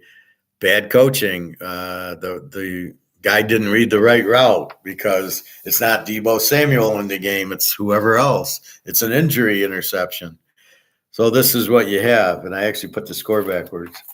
Mini won 22-17, not the Niners. So the McCaffrey fumble costed the game. My buddy from Michigan, oh my God, he's what a bust he is. He missed 2 more field goals yesterday, short ones, and then he hits a 50-yarder. So if this guy just hits his field goals, it's 23-22. They win, and then the McCaffrey fumbles, and forget the interceptions. They just stop drives. So you could have had 20. It should have been 30-22. San Francisco. Why is that? Why are they giving up 22 points to Minnesota? Where was the pressure on Cousins? You made Cousins look like a decent quarterback. He sucks. So you have there's no that good team, and they're doing it on purpose, but it makes the betting, who do you bet on? So then you go to Mahomes. Okay, he beat San Diego. Joe Burrow. Now you got Cincy Frisco. This is going to be interesting. But the way Frisco's been looking, you don't know what it is because now they're at home against Cincinnati. This is what I try to drive home. You can't look at this Frisco Minnesota game and get anything out of it for this week because they're playing at home against Cincinnati. It's a whole different matchup. And if they couldn't handle Cousins, they cannot handle Burrow and Chase. That's what I take out of it. So that's why you're watching and studying. Anyway, so let's go. So Buffalo 8.5, 43. Mayfield against Allen. Buffalo's the A team. Tampa Bay's an under team, and they both give up 17 a game. You think Buffalo should win after losing to fucking New England? Unbelievable. So you think they should win, but if they're a good team, they wouldn't have lost to New England. And they actually got the lead 25-20. Where were they in the first half? Why weren't they scoring? So this is the things that, like, this is not what a good team. This is not what Joe Montana's Niners look like. This ain't even what Lawrence Taylor's Giants look like. The 85 Bears, you could bet them every week and make a ton. But that's not what you don't have a Niner 80s 90 an 80s Niner team. You don't have a 90s Cowboy team. You don't have the 85 Bears. You don't have the 80, 89, 90 Giants, the 87 Giants. You don't have those teams. It's hard to predict this when you're not sure what you're getting and you're not getting consistent play week in and week out. There's too many injuries and too many bad penalties by the refs. All right, so normally I'd take Buffalo -2.5 after a loss. They should win. So should the Niners last night. So that's now what will happen is it's not as consistent as what should happen. Buffalo should win this game easy. Mayfield, they should dump. The game's in Buffalo off of a loss. You should have I think they're still tired from that stupid trip to Jacksonville or to London. I think that's still bothering them. So technically, I would take Buffalo -2.5. Is really what you do is say, well, okay, do I want Tampa in 14.5? No way. I mean, they don't have the offense to score that much, Buffalo. So then it makes, well, maybe Buffalo in 2.5 is good. Because if I don't want 14.5 in Tampa, then I got to like Buffalo -2.5. That's how you fight yourself, right? Indy 1.5, 44 to New Orleans. New Orleans is an under team that gives up 18. Indy's an over team that gives up 27. So we have under against over. We have Carr against Minshew. So,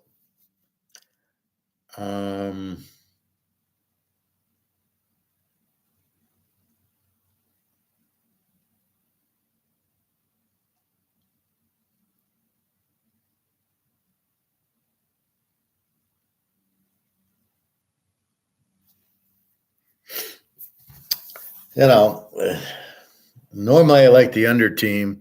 I like the better defense here. New Orleans 18-27.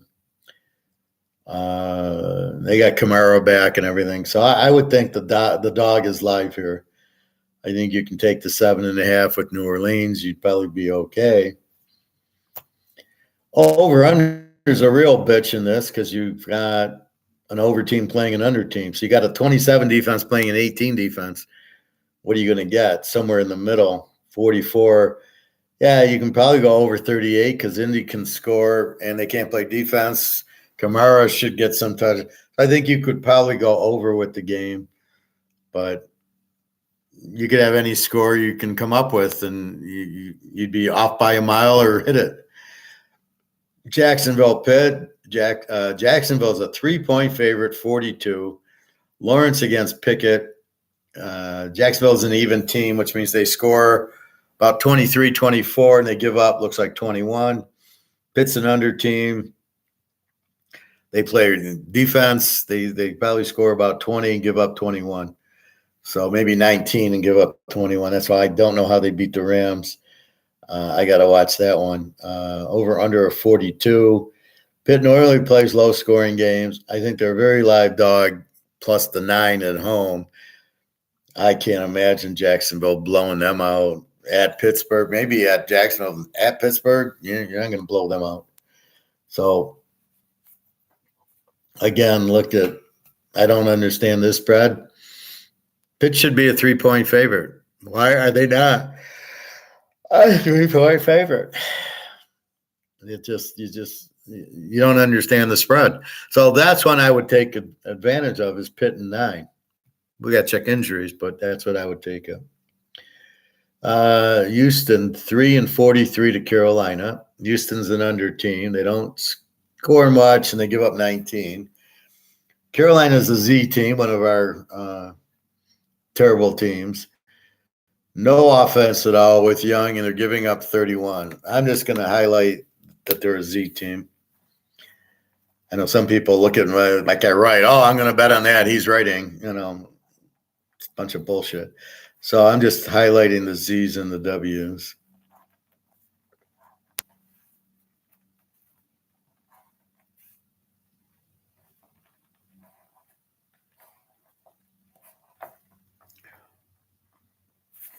All right. So, do we trust Houston? And it's Stroud against Young. Can we trust Stroud? I mean, Houston should kill him. Look at this defense. Carolina gives up 31, Houston 19. Now, they're both in shitty divisions. Houston, they play Jacksonville and Tennessee and Indy, 3 crap teams. Carolina plays New Orleans, Atlanta, and Tampa Bay, 3 more shit teams. So, what did Carolina do last week? Were they off? That's the other thing. You get these buys. And then people try to analyze the buys. Well, they're 4-2 off of a buy. Who gives a fuck? It's not about the buy. It's about who they play this week. It's about how are they as a home dog to Houston. That's all that matters. Nothing to do with a buy. Carolina lost 42-21 to Miami, so they're bad against the passing team. C.J. Stroud, I don't know. I wouldn't touch this game with the 20-foot pole. I wouldn't take Houston as a road favorite. 43. Carolina with no defense. They don't score a lot. What are they going to do? What's Hulkamania going to do here? So they don't score a lot. Houston should score because they give up 31 if it's real 31, and then if Houston's a 19. But why are you playing Young when you have Andy Dalton? This is the other problem I have. I could bet Carolina with Andy Dalton. I know what I'm getting. I don't know what I'm getting with it. And this is the mistake people make. They think they know the team. This guy's played in, 6 games, this Steve Young guy. He sucked at Alabama. They had 2 losses, should have had 4 losses last year. And they don't play Georgia by purpose. I love that. Alabama, we're not going to play Georgia or Florida. Keep those off our schedule. We're going to play Vanderbilt and Tennessee. It's going to be interesting with the Oklahoma-Texas edition. Are they going to still play the traditional Tennessee game, or now they got Oklahoma and Texas to play? Very interesting. And Texas showed they can handle them. They already beat them this year, Texas. All right. Don't know. I would have a hard time playing Houston -3 on the road. I would play him as a dog, but not here. Carolina, hell, you could take Carolina 9. But yet they could win the game, but you can't take them. Now when we have to bet them, there's no way you can take them. they might win, but still, they got a 31 defense. They're a Z team, and do you want 9 points with the Z team? I guess is the question. And I don't. I couldn't bet on that. I mean, if I lose with the Niners, I lost with San Diego. Okay, I lost. I lost with Buffalo, -2 to the fucking New England. Okay, I lost with an 18 Buffalo and an 18 Frisco, and I just scratched my head going, what the fuck's going on here? How did the Frisco actually lose? So I just scratched my head. It's getting so bad, and the coaching's so bad. How does Buffalo let Jones run down the field? Where was the sack? Did they sack him at all? I could go into the drive thing and just see what each play was, and just, what are you doing letting that guy drive it down? Just blitz. What is wrong with blitzing? I don't understand. I guess when you got grocery store guys playing the secondary, you can't blitz. That's part of the problem also. Philly, Washington. Philly 744. Philly's a B team, gives up 20. Washington's a W, gives up 27. Hurts against Howell. Here's where I would bet Philly -1 because of that stupid illegal rugby play they use. You can't stop it, so anything Philly gets 4th and 2 and in, they're going to run the play. They're going to get it. There's no way Washington's going to do anything. Washington has no offense. Howell put up 7 points on the fucking Giants. Are you kidding me? Wow, this guy's pathetic. Where did they find him from? North Carolina? At what point did you say he's a good quarterback? Oh, my God. I think he's been in the league a few years. He sucks. So, again, you can't find a quarterback better than Sam Howell. Oh, my God. So, but here's where the play, okay, since it's legal to have this rugby bullshit in my NFL, well, I might as well bet on them. They're playing Washington. Anytime I get 4th and 2 and closer, I know I'm going to make it. If I get towards the goal line, I know I'm going to score. So I might as well take advantage of it. So here, I'm going to give this as our free play because I just kind of feel it. So the free play, take Philly -1 against Washington. Washington's terrible. Put up a whole 7 on that tough Giant defense. The Giant defense is 25. So it was like 20. What was it last week? It was probably 20. It was a 28. This is the problem. They go from 28 to 25 in 1 week. So how real was the 28? How real is the 25? If they give up 40 points this week, it's going to go to 30. So it really, and the first few weeks don't really count. So you don't have enough data to really use this. Well, with all the movement, I can't really start using last year's points and this year's points because of all the movement. So you're just dealing with all this teams moving around, and that's the problem. KC, at least with Reed and Mahomes and Kelsey, you kind of get some continuity in the offense. Rams and Dallas. Dallas 746. The Rams are an under team, so they don't score a lot. They give up 20. Dallas is a B team who gives up 17 a game. So a B team, they probably score 27, give up 17. Where the Rams probably score, I think they score 19 or 20. And the Rams against the mighty Steelers lose 24-17. So I can't even get 20 points on the Steelers. So this will be tough for LA. I don't trust Mahomes. I don't trust Prescott. So now we get into over under 46. We have 2 unders here. We've got LA an under, scores 20. Dallas is a B that gives up 17. So they give up 20, they give up 17. So it's pretty low numbers. And I think that under is the only way to play this game because of the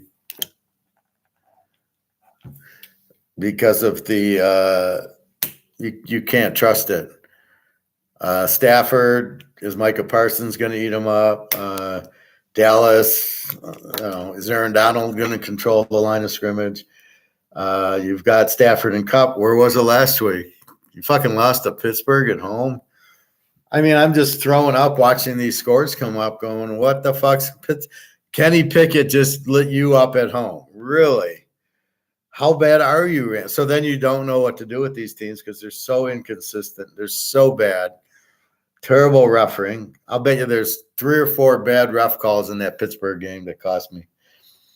And what do? How do you bet the refs? How do you bet the turnovers? How do you bet these idiots going for it on 4th and 2 at their own 20, not getting it? I mean, it's really insulting. It's an insulting league right now. They're insulting our intelligence, as Michael Corleone would say. I need to give him a drink of Canadian Club. Then I can say that line. As he was talking to Carlo, like, you're insulting my intelligence. Was it Barzini or Tattaglia? Who the fuck was it? So the NFL is turning into Barzini. So I don't know. I wouldn't have. There's no way I could take Dallas -1 in this game, which leaves me the Rams in 13. But since you just lost to fucking Pittsburgh, there's really not a whole lot I can do. You got a 20 defense and a 17 defense. So I think the only way you can play this is the 46 is under 52 and hope that Dallas's defense shows up. New England, Miami, I don't understand this spread. So New England's a W, give up 25. Miami's an over, they give up 27. The line's 9 and 47. Miami's line 9, over under 47. Jones against Tagliavua. The defense, New England's a 25. Miami's a 27. So Miami basically scores a lot and has no defense. New England doesn't have much of an offense and gives up 25. How did they beat Buffalo? What the fuck are we looking at? Is any of these games legitimate? I'm beginning to think they're all fixed. I'm beginning. Let's see, what did the line do on that? LA went from 3, never really moved. That line didn't move at all, so it wasn't a fix. But you certainly think it is. Who would have taken Pitt and 9 in that game? Nobody. It was all Rams at home. They just beat Arizona. I mean, wow. So where's Bobby already? Bobby, we're waiting for you.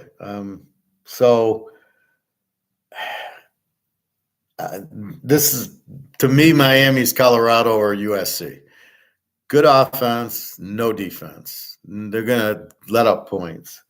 So if I look at Miami, USC playing New England, which is like playing Arizona State, they give up 25. So Miami's going to have no problem getting in the 30s with this defense.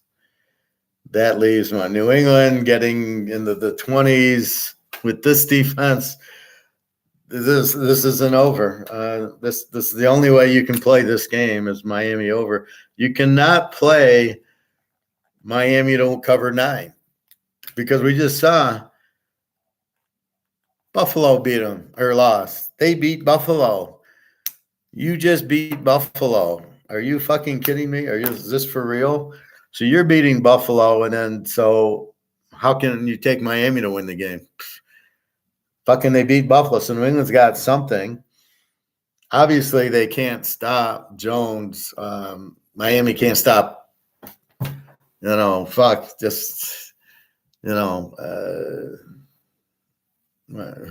couldn't stop Iowa State. Rocco Breck could light them up. That's how bad Miami is. So he's the Iowa State quarterback. So 47 down to 41, I think you almost have to play Miami over because you're not going to get – well, look at last week. Miami –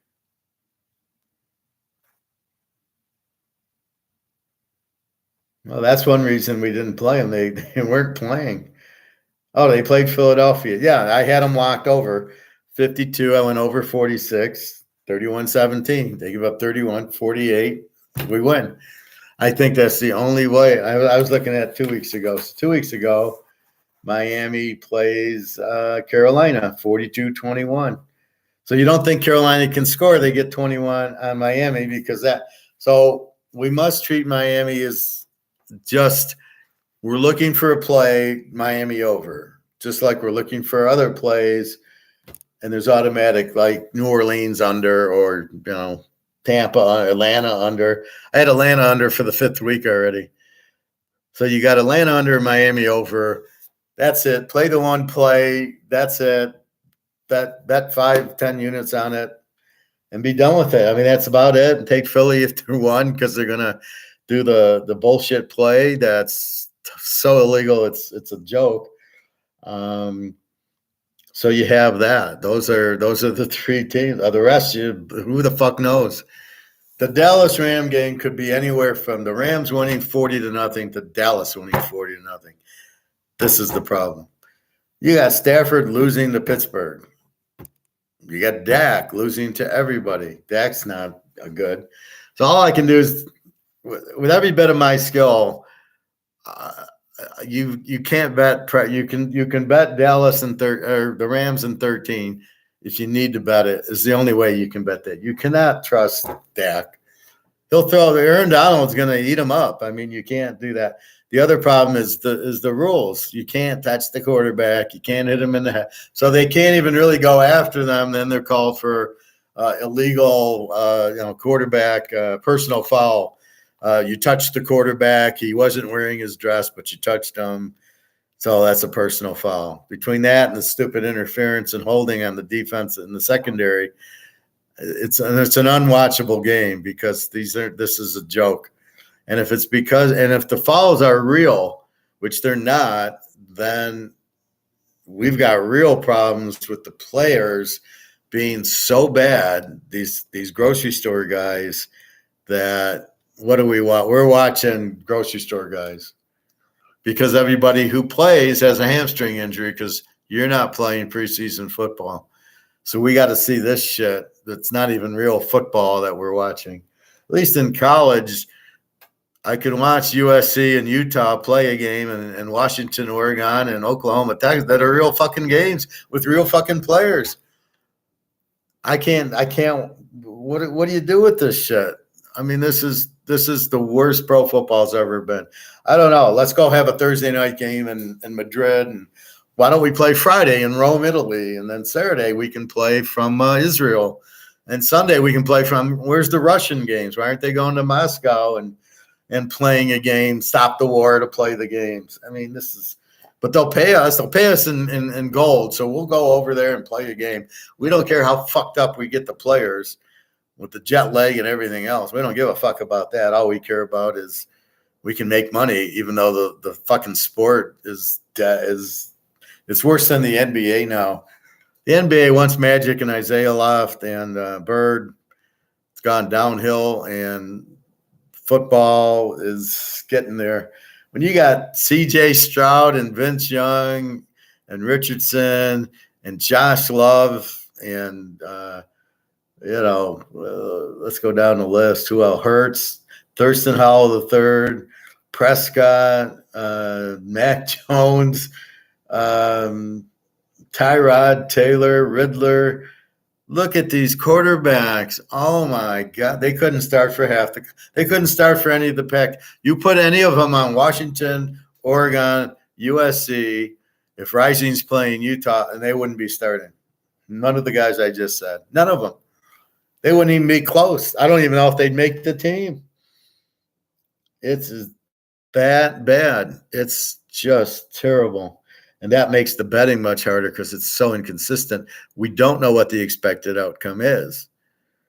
How I picked, not last week, but the 2 weeks prior, that's where you get good matchups, right? That's when you get a little more now, as we get going, by about week 10, we should have a lot better predicted outcomes. Frisco was without Deebo Samuel. Shouldn't have mattered, but the problem is then they go to a rookie, And Brock Purdy's new, so he threw those 2 picks, assuming the guy's going to cut, and he keeps going, and then those are the interceptions. So that's what you got with new players working together. But Aaron Rodgers gets hurt. Brady's gone. Drew Brees is gone. This is where the problems start rising is who's replacing. Okay, Mahomes, Burrow. Okay, he's good. Herbert, terrible coach. So that's where it's getting better is with these guys. So I got to send a message to Daria.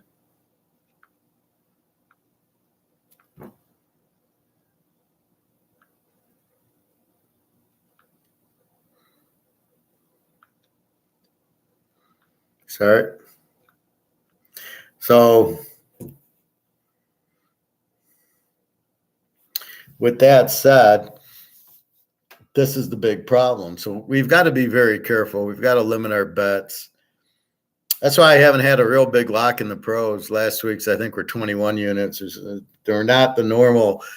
I love the game. It's a 35-unit lock. I haven't found that. And again, I don't lock just for the hell of it. I had Buffalo and San Diego in 12 should have won. They lost by 14. Apparently, they threw an interception at the 5-yard line. Like, okay. So let's keep going. So we got the Jets and the Giants. The Jets, the under team, they give up 20. The best coach in the league, I think, up there with Coach Pete and Sean Payton. We've got the Giants, a Z team, give up 25. Somehow beat Washington 14-7. How bad's Washington? Now, the irony is Tyrod Taylor against Zach Wilson is a lot better than Daniel Jones. So what the fuck are they got Daniel Jones for? He runs. Does that? No. I love how the coaches used to be the offensive coordinator. So they get the quarterback because the coach was the offensive coordinator. That's what Oakland's doing because he coached Garoppolo at New England and he was so successful there that he now brought him in. And Garoppolo only played 1 game and got hurt. He's gotten hurt every year. I don't get really why anybody would take him. You're spending a lot of money on a guy who's going to maybe play 2 games for you. What are you, out of your mind? Or you're not seeing what's happening? It's unbelievable. So the Jets should dominate them. Again, they're an under team. They give up 20-25. They're 3-37 here. Jets are -3. It's really not on the road, which is what you really must understand. This game's in New York. They're not traveling anywhere. They're at the same stadium. So it's almost like a Jet home game, which then makes it more -3 fine. With the 37, this is Tyrod Taylor against this team. I don't think he does anything. Here I like the Jets plus the 3 because I like the coach. Do I go over or under 37? I think under 43 with the Jets is probably a pretty good play. For the Giants to play Washington 14-7, are you kidding me? The Jets have played everybody close. They have trouble scoring touchdowns. They kick a lot of field goals. Yeah, I think I like the Jets plus the 3. I think if I can get the Jets in points, I think that's good. I also like the under because of the Jets defense. So I'm rating both. So you figure out which one I'm taking, if I'm taking either one. This is just because I want to, maybe I play these. These aren't plays. These are maybes. These are, that's probably a good one because I didn't do anything for the Houston, Carolina one or the Rams, Dallas. Really, I have no idea. So I like the Jets. They're the better team. They're better coached and the better defense. And that's always important is the coach and the defense. Zach Wilson should be able to move it. Now with Tyrod Taylor, is it the same team as Daniel Jones? They're a Z team. Now, here's the problem. So last week, they were 28 defense. They beat Washington 14-7. Boy, is Washington bad. And then they now are 25 defense. They lose 3 points in defense because they give up 7. So what if they would have shut them out? They'd be like a 23 now. This is the problem. There's not enough in the mix yet to really – this shouldn't move, right? This 25, if they shut out the Jets, should only go to 24. And vice versa. If the Jets shut out the Giants, they're at 20, should maybe go to 19. It'll probably go down to 16 if they shut them out, which I wouldn't be surprised. Atlanta, 3-37 to Tennessee. Both teams under, a 19 and a 20. Riddler against, I don't know if it's Tannehill or not. If it ain't, it's Levis or somebody. I've been playing Atlanta under every week, and I've been winning every week. This is a beautiful under game. I wouldn't touch this. Now, I don't know who the quarterback is, if it's Tannehill or not. But I wouldn't touch. How do you take Atlanta as a road favorite with the Riddler at quarterback? Maybe if the Joker was quarterback, but with Riddler, you either got to take Tennessee and 9 as a home dog if Tannehill and Henry are playing and the receiver, or you go under with the game. I mean, there's no way you can play Atlanta +3. Green Bay, Minnesota, both under teams. The spread's Green Bay 2.5, 44. You've got a 23 defense in Minnesota, a 22 in Green Bay. We got Cousins against Love. They played a 19-18 game with the 19-17 Denver over Green Bay. So you're not getting points from Green Bay. They cannot be a favorite. So this is an automatic Minnesota play. Can we trust Cousins here?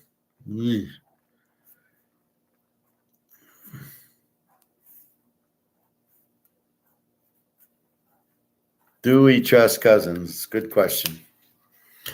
I mean, which Cousins shows up? Now, they barely beat the Bears 19-13. We had win. Yesterday in the Dome, they put up 22 on the Niners, get a few picks. They're starting to play better. So now they've won 2 in a row. But anytime you beat San Francisco, you got to – wow, they beat San Francisco. So that's what you have. And so you just have to I think Minnesota an 8.5. Yeah, I might lose at 1-10, especially now that they beat the Bears. That's nothing. Beat the Niners. That's pretty impressive. The way they looked, their defense played, and how can Josh Love be favored? So we're going to go to system number 74, which says bet against weak favorites. How can Love be favored? So if we go down the list, how can Riddler be favored? How can, let's see, how does Prescott be favored? How does Stroud be favored? How does Lawrence be favored at Pitt? How is Minshew favored? And then Allen should be. We go down, Walker against Smith. Smith favored, Mahomes favored, Purdy favored over Burrow. Lamar favored. Herbert, he should be. And then Goff, that's a weak favorite. For quarterback in the Bears game, Bears San Diego, the quarterback I got is grocery clerk against Herbert. It's a memory of Kurt Warner, who worked at the grocery store, because I worked at the grocery store. All right, so I Mini looks like a live dog. See, but you can see I'm getting better games to pick. I can put a lock in much easier with what I have to deal with than I did last week. Well, last week I thought Buffalo would beat New England, but that's where you get a little full. They did have it at the end and didn't get it, but they had it. I don't know what happened with the Rams, and I don't know. And San Diego was winning the whole game in the teaser. So they weren't bad plays, but I like Minnesota dog over Green Bay a lot better. Not that I love San Diego as a dog all the time, but you really don't want to fuck with Mahomes too often. But we got unlucky. That one should have been a 7. Or what should have happened is KC would have kicked the field goal at the end and won by 10, and we'd win with the 12.5. So it was really very unfortunate. But you got Pitt as a home dog, Buffalo off a loss, Philly against Washington, who apparently couldn't win the MAC division. Washington, Miami. You got the only way you can play it over. Dallas, LA, maybe an under. Jets and the Giants. Maybe you take the Jets. Maybe you go under. Atlanta, they're an under every week. Minnesota, they're a live dog in this game. How is Love the favorite in the game? All right, Cleveland, Seattle. Cleveland an under team, I think. Seattle's a B team. Walker against Smith. Spread Seattle 3-40. Cleveland defense is 19-20. So we look at Seattle. They beat Arizona 20-10. Let's go back a week. And they lost at Cincinnati 17-13. That's when I fucked up and played them over instead of playing Seattle as the dog. So they're playing well in Cincinnati, and they're playing well against Arizona, who's really not that good. They've only won one game, and it was just funny how they beat Dallas because Prescott decided to have his head up his ass, which is normal for him. Cleveland, Seattle 3. Now you got what? Walker or Watson? I think Walker probably against Geno Smith. Now Metcalf was out last week with ribs. Probably will play this week. Lockett played. Smith-Ozimbi. Everybody's making a big deal out of him. I don't know why. He played the one game in Ohio State. I guess it was really impressive. So I don't understand that. Probably a defensive game, I think, although I would have thought the Indy game last week. How the fuck did they play 39-38 to Indy? How does Cleveland score 39 with Walker, and then how do they give up 38 to Indy? And now here comes the other problem. That's with Watson there and under. Here comes P.J. Walker from Temple, who's I like much better. But now it changes the team. Are they still an under? We don't know. We don't have enough data to analyze P.J. Walker as the starter. So we just scratch our head and we're like, so it's a really unknown with Cleveland with P.J. Walker, what you're going to get out of him.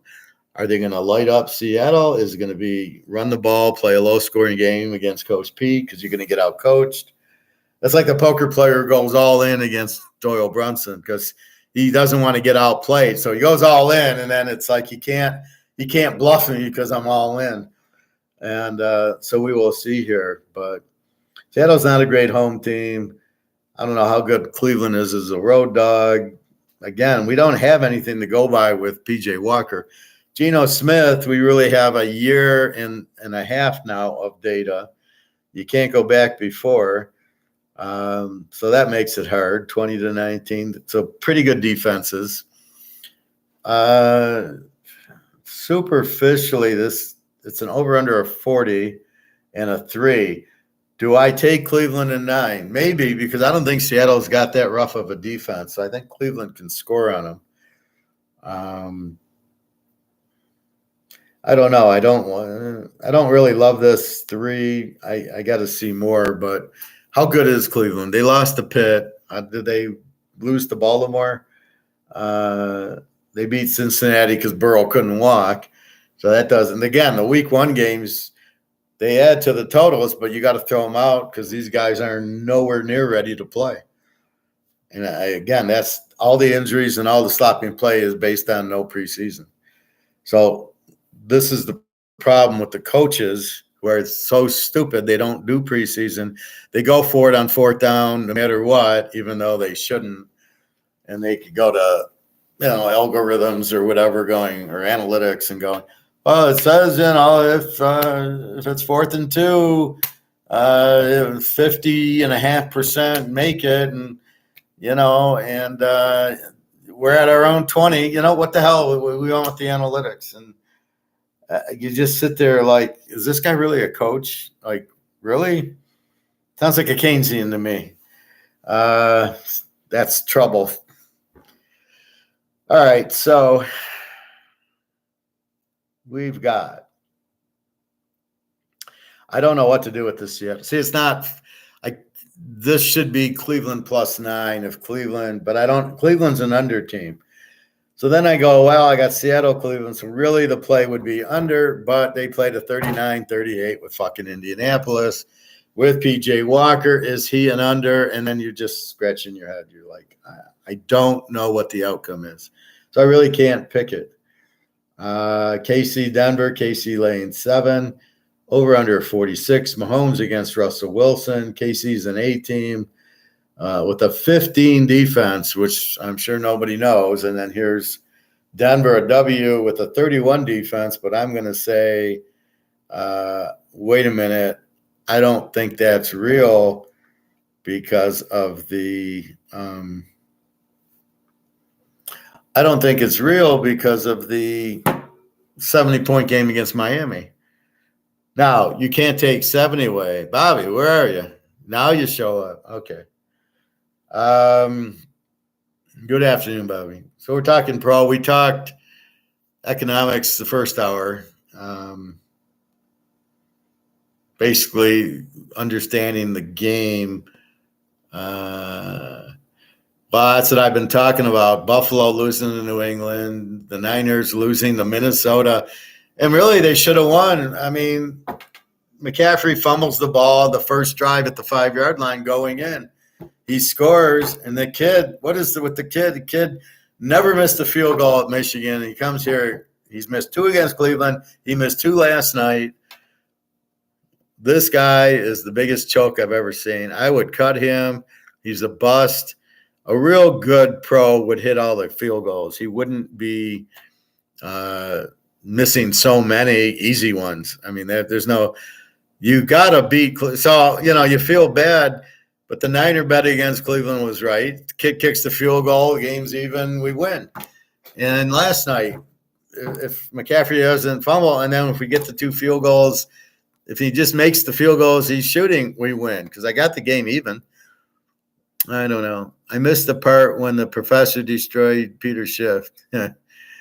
We'll revisit that. I know the professor loves destroying the communists. Well, most of these people are communists. They don't even know it. But let me finish the pros, and I'll review what I talked about. So, KC, Denver, again, Mahomes and Wilson. I don't think Denver's a W team. They're starting to score. They won again over Green Bay. And why they were. That was my best play. I had Denver as a home dog. Why didn't I lock that one? Why am I'm so stupid. I locked Buffalo to beat New England, and I missed the easiest game, Denver as a home dog to Green Bay. And there I'm saying is why would Love be a favorite in any game? The guy, I put it this way, Bobby, Jordan Love of Green Bay would not start on any team in the Pac-10 today. Certainly not Oregon, certainly not Washington, not Oregon State, not Utah with Rising, not USC, not Washington State, maybe Stanford. That would be it. So you're looking at a quarterback that couldn't start for half of the Pac-10 teams, and he's starting for Green Bay. This is the problem in the NFL. You got guys that are in way over their head because the GMs are so fucked, they don't know what they're doing. Oh, my God. I mean, this is just ridiculous. Wow. Anyway, so what do I do here? KC's the A team. We're going to, let's say Denver's more of an even team. They're probably going to score in the low 20s. They're probably going to give up like in the mid 20s. Again, it's diluted because they played a 1917 game with Joshua Love. They played another low scoring game, the week before. Denver played, they already played KC, 19-8. So they played KC to a 19-8 game, and now they're playing them again. They just played them 2 weeks ago. All right. So if we take anything from that, 19-8, KC was a 10.5. Now they're a 7 in Denver. I think this is a low-scoring game, yeah, because Denver's starting to get a better defense. KC's got a great defense. KC's defense, this is a much different team than we're used to. This is not an over team. They're not scoring 40 points with Tyreek Hill, and they got a bad defense. This team has an excellent defense. Look what San Diego had trouble with, scoring in the second half. And so you have that, and then Denver doesn't have much of an offense. Their defense is getting better. I think this is an underplay. Very good. How the mind works of an INFJ. Now, should I take Kansas City -1? Probably.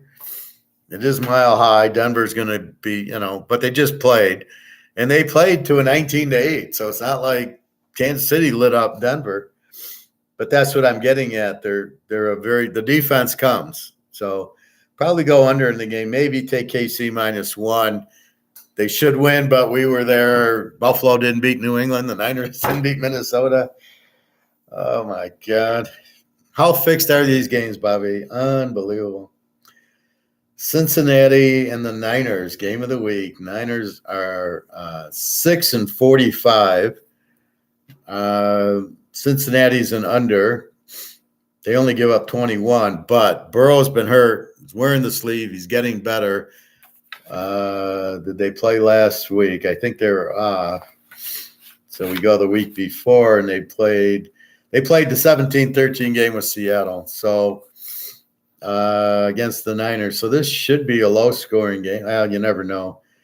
The Niners with the 15 defense, which apparently didn't mean anything last night, and Cincinnati with the 21. So they're pretty good defensively. Burrow and Purdy. Burrow's the better quarterback. 45 under I don't know. I'm probably under 51. But they didn't play an over game with fucking Minnesota yesterday. The only time they played an over game was against Dallas, the team with the 10 defense, and they light them up. Here they got Cincinnati. No, here you got to be careful. This is off of 2 losses in a row the Niners have, so they might get pissed. Deebo Samuel's out. McCaffrey played all yesterday, so I assume he's going to play. They're missing their tackle. I don't know what they're missing on defense. See, I don't know when a good player's out anyway. Who knows what the good defensive players are in the league now anyway.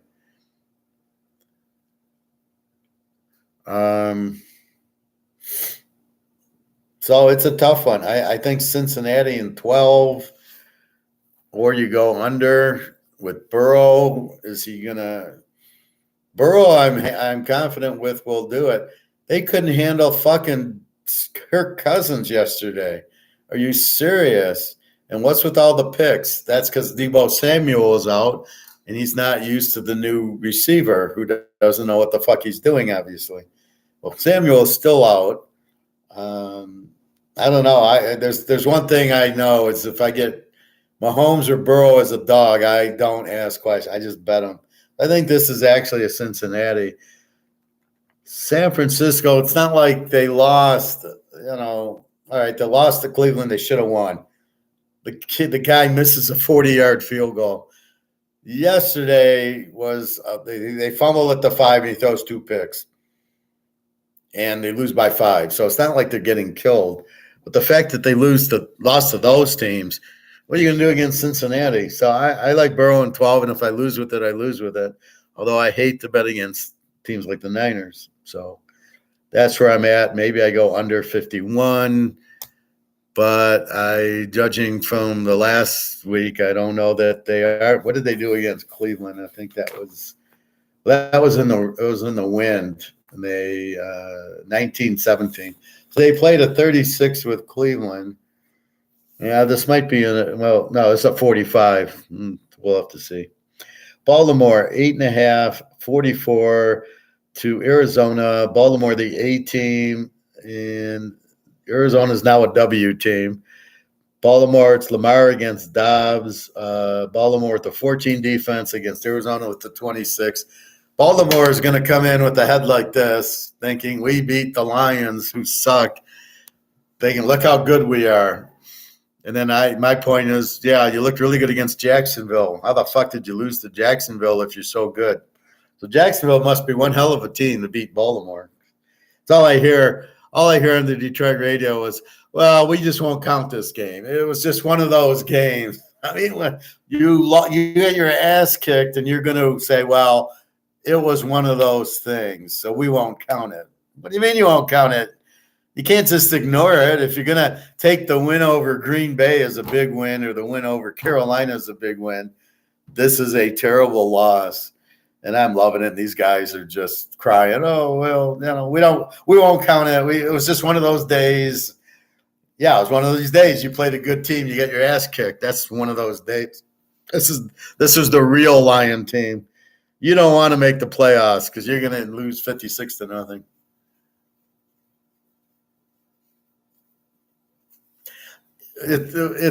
I don't know if it's as much fixed. I think the refs fix it with these stupid interference calls and roughing the quarterback calls. I think those are ridiculous. You touch the quarterback on the helmet. Oh, it's personal foul. You hit him in the head. I mean, come on. There's intent. Is he touching him or did he smack him? The rules are set up for like violent Jack Tatum hits, not for a guy, happens to go for the ball and he follows through and he touches the guy's helmet. No intent. That shouldn't be a foul. This is a joke. The NFL is in serious trouble. Bobby Bo, are you driving, Bobby? I don't know if Bobby's driving. Maybe. How is the Chinese food, Bobby? You got the General, or you're eating something else, I think, yesterday. So Baltimore, are they going to really cover against Arizona? Can we trust Lamar? No. Is Arizona going to blitz the way that's how you beat Lamar? Probably not. Do I trust Lamar 8.5 down to 2.5? Probably not. Do I go over in the game? Baltimore with the 14 defense against Arizona with the 26. So what should happen is Lamar should score on this kind of weak Arizona defense. Arizona with Dobbs should probably only get 7. Do we go under 51 like we did last week, which is the free play, the Lion Baltimore under? Don't know. Have to think about it. Chicago, San Diego. Chicago's a W team, gives up 27. San Diego's the over team, scores upper 20s, gives up 26. The spread, San Diego, 8.5, 46. We got the grocery clerk going against Herbert. The grocery clerk puts up 30 points on Oakland. I mean, what is that? Now, Oakland had Hoyer, and I think they played the other guy too, O'Brien or O'Callahan or whatever. 30-12, Chicago beats Oakland. What the fuck? Wow. And it goes over. Well, it goes over or under. So what do you do with the Bears? Are the Bears any good? Now they go San Diego, worst coach team in the league. They'll go for it, 4th down anywhere. And the funny part is they don't get it. They never get the first down on the 4th downs. And the idiot keeps doing it because he's an idiot. One of the dumbest coaches in the history of the league, next to all the Lion coaches. 8.5, 46. They both give up a lot. San Diego normally should really like this. I think this is over now. Now that I think about it, they're going to light up that. Now they lost 31-17 to San Diego, which was a 48. I can see them putting up 30, and the Bears with the grocery store. You might need the sticker gun to get down the field, but yeah, over 40 in a San Diego game seems pretty good, especially against a weak defense like the Bears. And last but not least, Oakland against Detroit. Oakland's a W. They give up 23. Detroit's an E team, gives up 22. Hoyer against Goff. Goff chokes so bad. It's all you'd hear is how good Goff is, and then you watch yesterday's game and you just laugh at it like, this guy sucks. I mean, he spent more time dumping the ball, getting intentional groundings. That's the real golf. That's the golf who choked in the Super Bowl. That's the golf who the Rams, why they let him go. When you play better teams, he doesn't show up. And they had him on the radio, and he's like, well, it's just one of 17 games. And it's like, bullshit. What are you talking about, man? You played a good team and you choked. You didn't even show up. You didn't choke. You didn't show up at all. You didn't make any good play calls.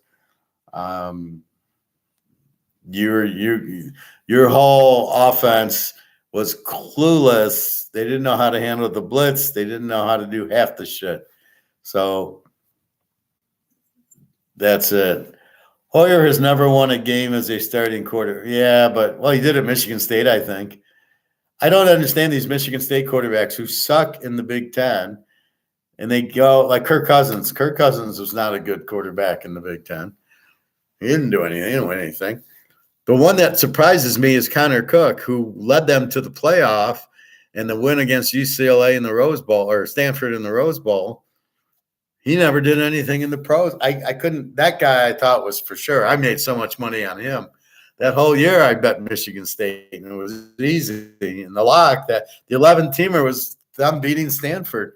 That was one of the 11, and he doesn't make it. And then Hoyer and Cousins are in the league. Like, really? I couldn't believe when they drafted Cousins because they'd already drafted RG3. The fuck did you need Hoyer in the 4th round for?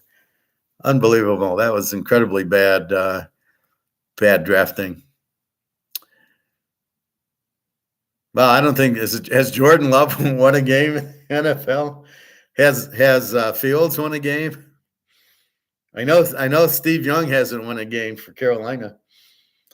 All right. Well, we got San Diego. It should be over. I don't know how this should be a lock. San Diego -2.5, and I don't think I can do that. I can't trust the San Diego coach. He's so stupid. Even if they get the lead, they'll let the Bears in. The grocery store guy will take his cutter out and start cutting boxes. He'll start pricing milk and juice. You don't know what you're going to get from the grocery store guy. So that's his name, grocery store guy. And Oakland, Detroit. So we got Detroit 9-45. How the fuck's Detroit 9 over anybody? They could not be, as I've been using this a lot, Bobby, they wouldn't win a game in the Pac-10. They couldn't beat Oregon. They couldn't beat Washington, Utah, USC, Arizona, Washington State, Oregon State. Detroit wouldn't win against any of those teams. Oakland sucks. 23 defense. Detroit a 22 defense. You got Hoyer and or the other guy. I think you got to go under. I think Detroit loves this style of quarterback who isn't mobile, isn't very good. They'll put pressure on him. Oakland won't score. Detroit will look good, and everybody can say how good they are. I think under 51. I don't think Oakland scores much. Bobby Bowe, yeah, Cool was the last good quarterback for Michigan State. Yeah, Cook. Greg, I was driving my truck today. San Diego's awful coach. How is still coaching? How do they get any of these coaches? There's all these coaches. Convertible, what is it raining there, Bobby? Here it's warm. It's 73 and sunny. And the ironic part is Jenna told me that they're getting warm weather in the Ukraine. And sure enough, a day later, we get warm weather. So it's sunny and warm in the Ukraine, in case you were wondering. And here it's 73 and sunny. So I'm back in my T-shirt. Had some great Indian. I can't get into the Indians. Now time for bite. Now bison, I could handle more. Indian food, it's there's no meat in it. How do you eat Indian food with no meat? Is there General Chow at the Indian store? No. So again, anyway, the way the league's going, I wouldn't touch Detroit -3. And I certainly couldn't play Oakland in 15 with this court. Even with Galapolo, I couldn't take it. But I think Detroit wins, probably good, but I think it stays under. So that's the bottom line. Again, your free pick, Philadelphia -1 against Washington. Only because I think Philadelphia runs that bullshit rugby play that should be illegal. It's not football. As I was saying, Bobby, it's like the runner getting second base because you're in the 10th inning. You've got to earn your way on. You got to hit or walk on to get on the base. You don't get a free base. That's the socialism creeping into sports, is that, right? So socialism is we have to be fair. Both teams need to touch the ball in overtime. Well, how about the first 60 fucking minutes of the game? Both teams got to touch the ball. Oh, wait. One team touched the ball 8 times and the other team only 7. Well, what do you do when it was like, wait, no, one guy, they had a kickoff return, so they only touched it 6 times. So we got to give that team 2 more possessions because we got to be fair. Oh, my God, I can't handle socialism in football. Just the whole thing, and it's just and then this plays terribly. What the fuck are you doing allowing this play? Yeah, we'll let the whole team push the quarterback 5 yards. Seems like that's football. Man, Lombardi would be rolling over in his grave. He'd come out with fire out of his eyes going, what the fuck are you doing to my game? Oh, my God. These coaches would never have run that play. Just ridiculous. Well, I don't know. Let's look, Greg and John. So Arizona, we hit Arizona, didn't we, Greg and John? I gave you both winners yesterday. So let's look. The key's pitching. Now, you didn't tell me Scherzer had been out for 2 months injured. So I played betting on Scherzer as if he was just a normal in the rotation. He wasn't. And they still won, but he only pitched like 50 pitches.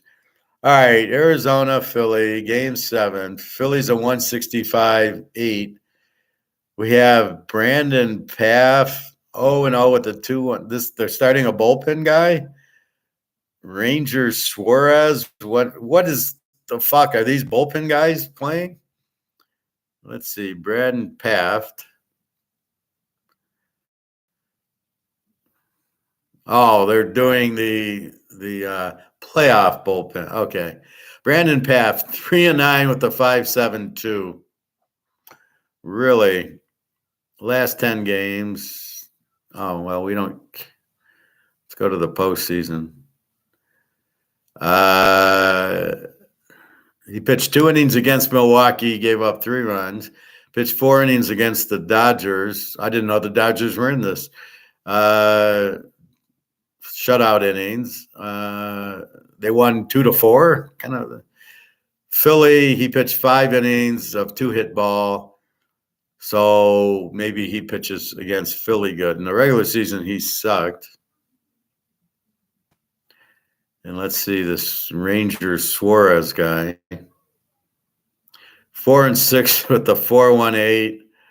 Oh my God. Philly's in big trouble today with this one. Postseason. Oh, I didn't know Atlanta was in the playoffs. 3 innings pitched, 1 hit. 5 innings pitched, 3 hits and 1 run. 5 innings against Arizona. They lost 2-1. 3 hits, no runs. So he's given up 1 run, but he's only pitched 5 innings. That's what I love about it. The guy pitches 3 innings and he gives up 1 run, and they're like, well, he only gave up 1 run. Yeah, he pitched 3 innings. He didn't pitch 9. 4-6 at the 4.18, but in the playoffs, it's a 2-1 game. It's a 3-1 game. What do we got? What do we got with Brandon? Guy needs a better pitcher. Look at this pitcher. I would never pitch a guy that looked like that. Where's Humpty Dumpty? Why isn't he coaching in this? He beats Milwaukee 6-3. He loses, I don't know, I guess he wins 4-2 and 2-1. Man, I would have told you to go over, but in the playoffs, but again, these guys are only pitching. So we're going to come down to the bullpen. What does your bullpen say? Does either team have a bullpen? What are these scores? Have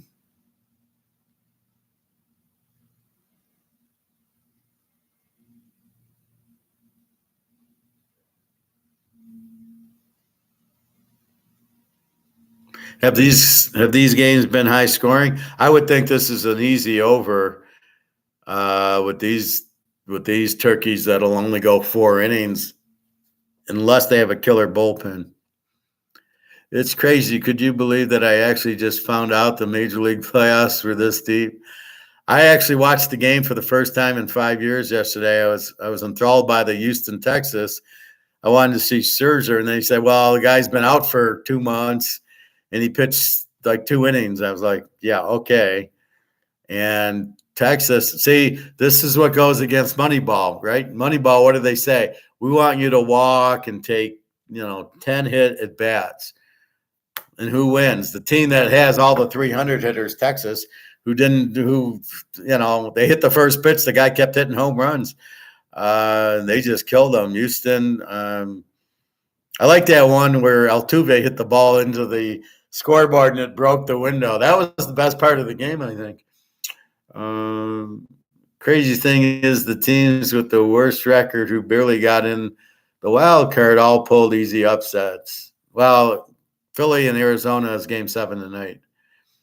If it's any given Sunday for NFL, then it's really any given night in fucking baseball. All upsets. Well, again, it's bad coaching, bad pitching. The teams who can really hit I find those are the best teams that have the 6'7", 300 hitters. That's why the Tigers never do anything, because the Tigers have one hitter who can hit 280. 6 of their hitters hit under 200, and they wonder why they never win, because, well, we want them to go walk. Yeah, but what do you do when you need a hit? You don't have a guy with an average over 220. This was a classic when Professor called Brett Bielema Humpty Dumpty. He looked around, but didn't he look like Humpty Dumpty? I mean, oh my God! I'll give you 5-1 odds he's dead in a year from his heart attack, stroke that he's going to have from his insulin resistance that he's got not only in his stomach but in his legs and arms. Oh my God! So my new friend from Hungary. She shows me, I showed you the picture yesterday. She's got like water in her arms and her legs. So I research it. It's like you got kidney problems, you got liver problems, you're having heart problems. You can't pump the water out of your system. So she gets an IV, and then she's at the hospital. And then now I text her, "How are you?" And I'm fine. "What did you have wrong?" "Oh, I don't know." What? How do you have water in your arms and legs and it goes away and you're fine? I mean, that's a heart problem. So I sent her our Dr. Edberg, and I said, "Here's one on kidneys, and here's one on liver, and here's one on autography. Watch them. They're a fucking half hour, and they're so full of good information." I said, "Just stop the sugar and do a fast." I said, "I eat at noon. I eat at 6:30, and I'm done till noon the next day." Not that hard. Just you get into a thing and just don't eat your sugars. And I don't think she'll do it, but I said, if you do it, you'll be healthy. If you want to be, I don't know. You know how these European girls are. So where's the list of the games? Is there a list of the games in this? Of course not. Arizona won 5-1 on Monday. Well, I'll tell you, I think this is an over. I think you got two terrible pitchers. And I think what happens, like yesterday, I told you to take the over in the Texas game. I just saw a high-scoring game when I could feel it. And I think I think you tend to get more runs in these game 7s.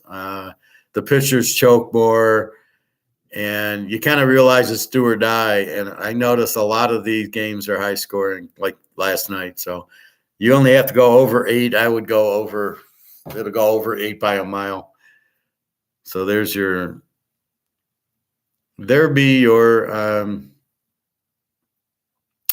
free baseball pick. I want 20% when you win.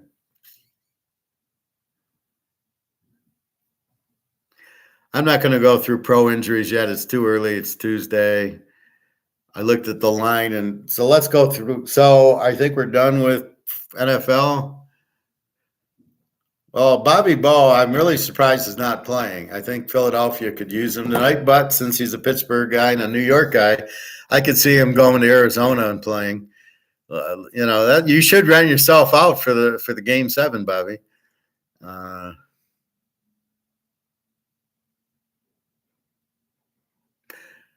Well, he's gonna look. We know he's gonna have one.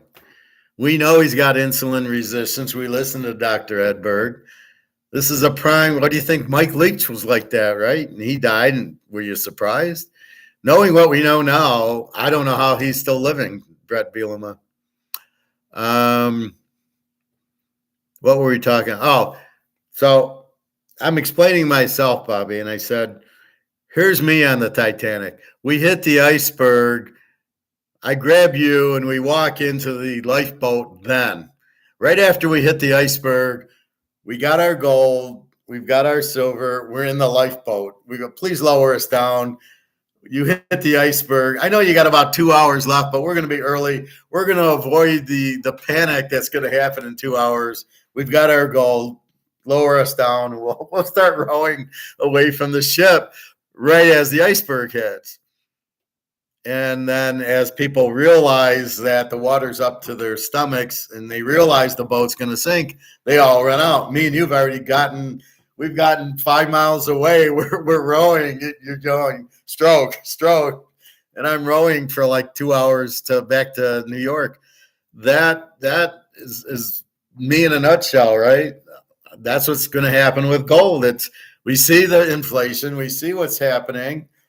We're already in line buying the gold, and now we're on the gold boat just waiting for the collapse to happen. And that's me in a nutshell, way, way ahead of the crowd. There was a Egon one today, Bobby, but I haven't finished it. This just came out. But the problem is he's on with that the Liberty and Finance guy that we hate. Oh, my God. He's so bad.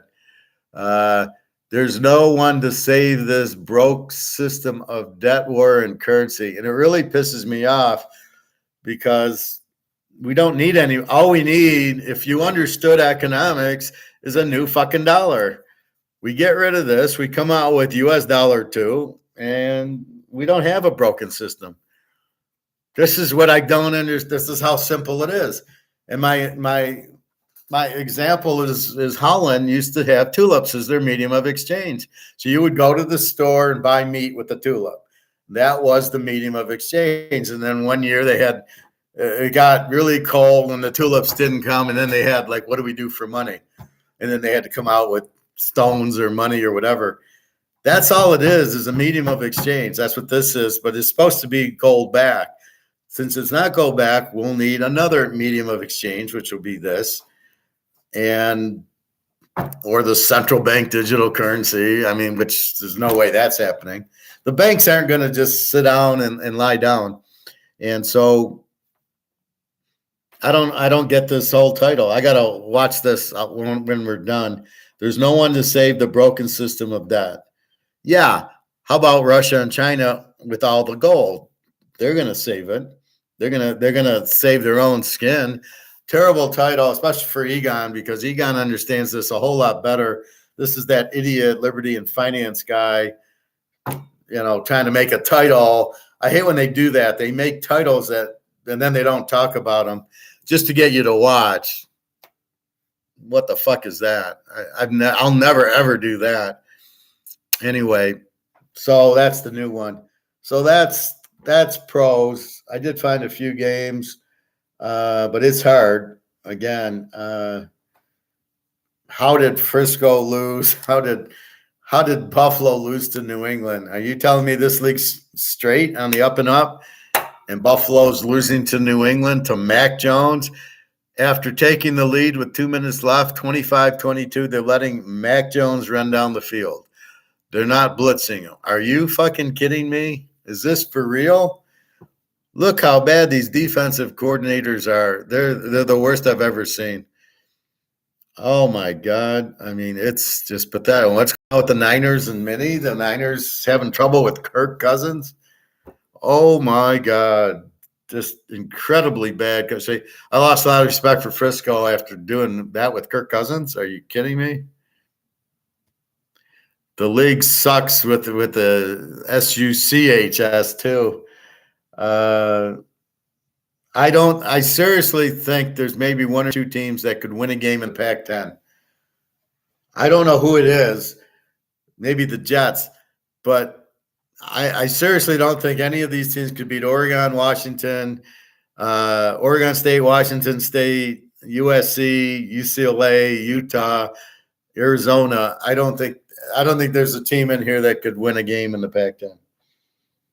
Especially not, what do we got? Minshew, who was at Washington State, he couldn't win. Pickett, he'd have no. Not only that, Bobby, I came to the conclusion that half of these quarterbacks would not start in the Pac-10. So look at Howell, Steve Young, Stroud, Pickett, Lawrence, Minshew. Minshew started at Washington State. Mac Jones, Tyrod Taylor, Riddler, Love, Josh Love, P.J. Walker. He started at Temple. He couldn't make a big school. Burrow and Purdy, Lamar. Well, Lamar couldn't start in the Pac-10. And Joshua Dobbs and the grocery guy from Chicago. So they got a grocery clerk playing quarterback for the Bears, and he put up 30 points. He did what Fields couldn't do. And Hoyer, all those guys could not start. They couldn't start in half of the Pac-10 schools, right? Penix, Bo-Nix, Caleb, even Primetime Jr., who I am sure is only coaching so his son can play. It's like fucking Little League, right? You're the coach because you want your son to play, so you become the coach so he can play.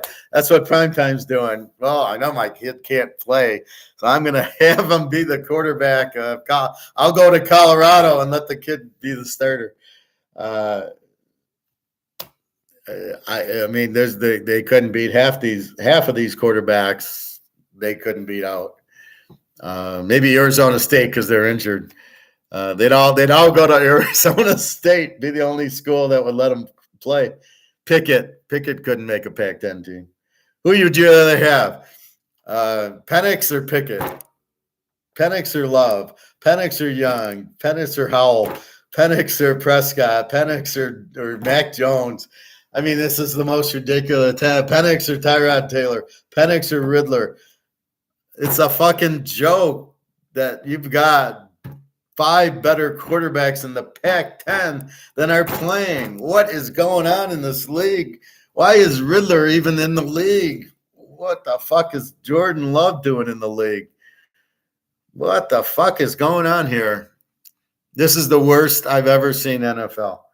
Really is. How does Buffalo lose to New England? Are you fucking kidding me? Wow. With Mac Jones, right. Okay. Deanne is going to end up in the NFL in 2 years to coach his kids.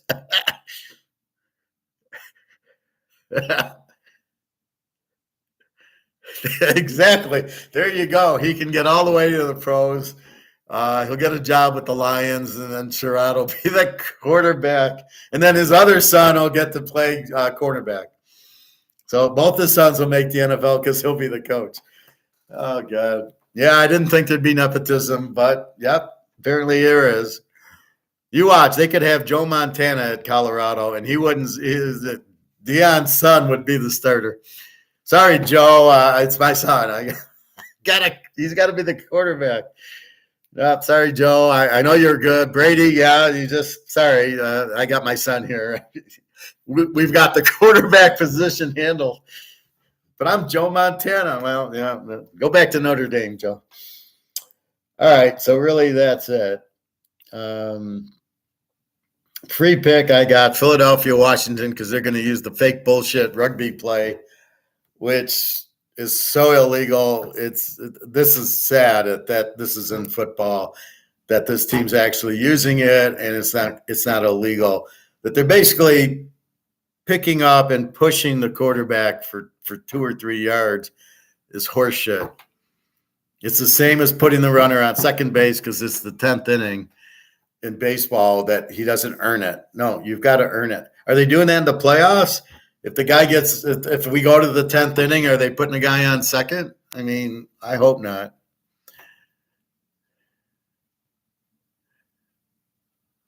Dion is going to end up in the I remember that in Little League with Bawana. Which play, the Jalen Hurts quarterback sneak? Yeah, the Jalen Hurts rugby play where there's two tight ends behind him, picking him up and pushing him for the X, because he's stopped initially, right? The defense and they do their thing, and Jalen's going nowhere, and then they push the defense out of the way, kind of is what's happening, and then they're pushing Jalen Hurts. So basically, what's happening? The 2 tight ends, the guard behind him, are pushing the defense out of the way, and then he's able to get the yards. It's totally illegal. This is not football. They're missing the whole the aspect of the game. This is not what football is supposed to be. Otherwise, why don't you just tie the running back to the guard, put him on his back, and let the guard run for 3 yards, and the running back will be on his back? I mean, why don't we just do that? Oh my God. I don't know what I want. They're ruining all the sports. It's a communistic thing. They don't like sports. Oh, it just makes me sick. Then you can hardly watch it. But we might as well bet Philadelphia. As long as they're going to cheat, we might as well bet on the cheaters. So that's your pros. College, I'm not going to go through. I'm too tired. We're going to go through that tomorrow.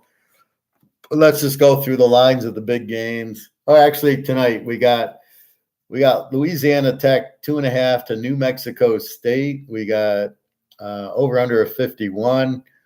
Well, why don't we got to check for injuries there? In case you addicted ones need to make a bet on a Tuesday.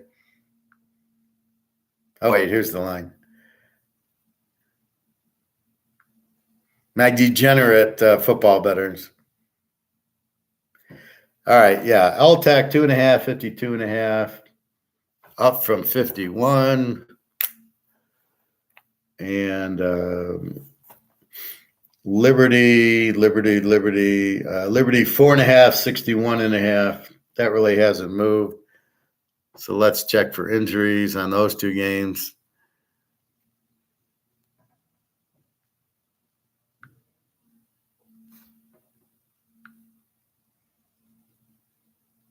It's funny, all of a sudden the Air Force quarterback's not listed as injured. I thought he broke his leg, and I go to the Air Force, and there's nothing. What is the guy better? In Alabama, no injuries to report. So we're looking at let's go to LTAC or Liberty, whatever I come to first.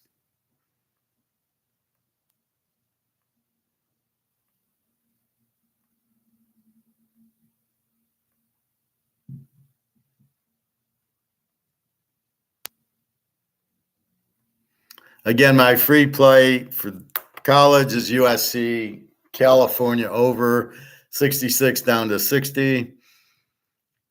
And I've already posted a lock that I just love that I'm doing before the over-unders move. Let's see. All right, Louisiana Tech. A tight end, Jones, questionable. Running back, questionable. Linebacker out. 2 running backs out. I don't know what that means.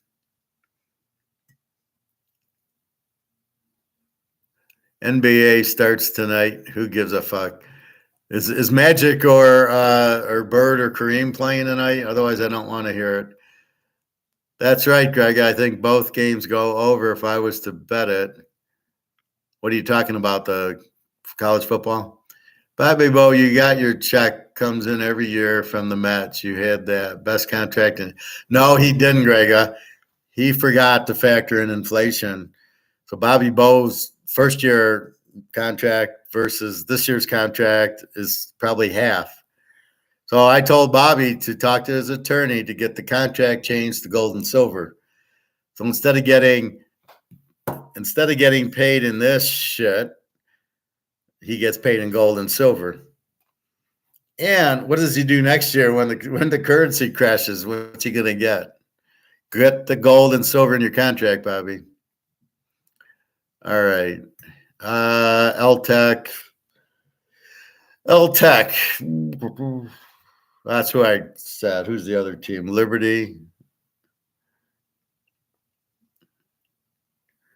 Liberty, running back out. Vita Blue, played for Oakland, I remember. Schittler, out. The rest are nobodies. So they lost. Really, they don't have any new injuries. Let's go to New Mexico State. That's my team. Although I'm scared to bet them after the UMass lock. New Mexico State.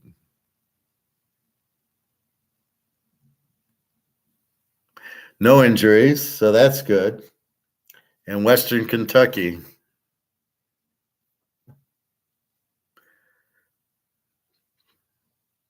Western Kentucky, wide receiver questionable. What is an LS? A long safety? That's the long snapper. Why is he listed as a long snapper? Who gives a fuck? So a long snapper and a wide receiver for Western Kentucky. So what do we got? First game, we got an over team in New Mexico State, but I'm not sure why they're over if their defense is 21. L-Tech is an over team, 28. Yeah, over 52. I like that too. Maybe New Mexico State in 8.5, but problem is it's a Tuesday game, so they're out of schedule and they're traveling. Liberty, Western Kentucky. Liberty's the A team who every time I bet them, they choke. Western Kentucky is a over team. Liberty gives up 20, Western Kentucky 28, over under 61.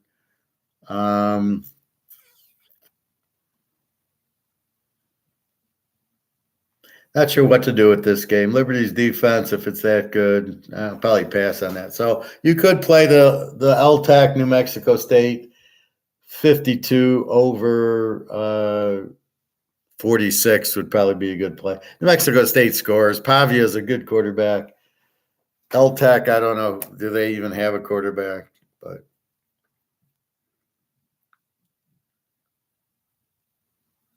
let's just go through the big. Let's go through the big games. We've got Florida State 20-53 against Wake Forest. This is Saturday.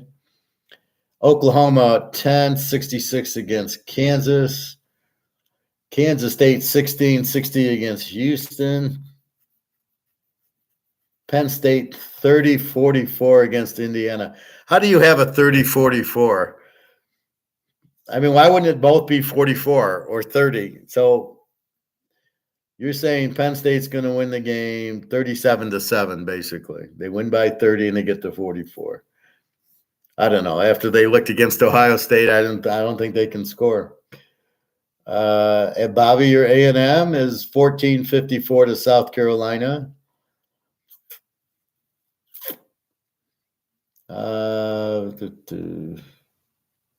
Miami 18-49 to Virginia. Virginia beat North Carolina. I can't figure that out.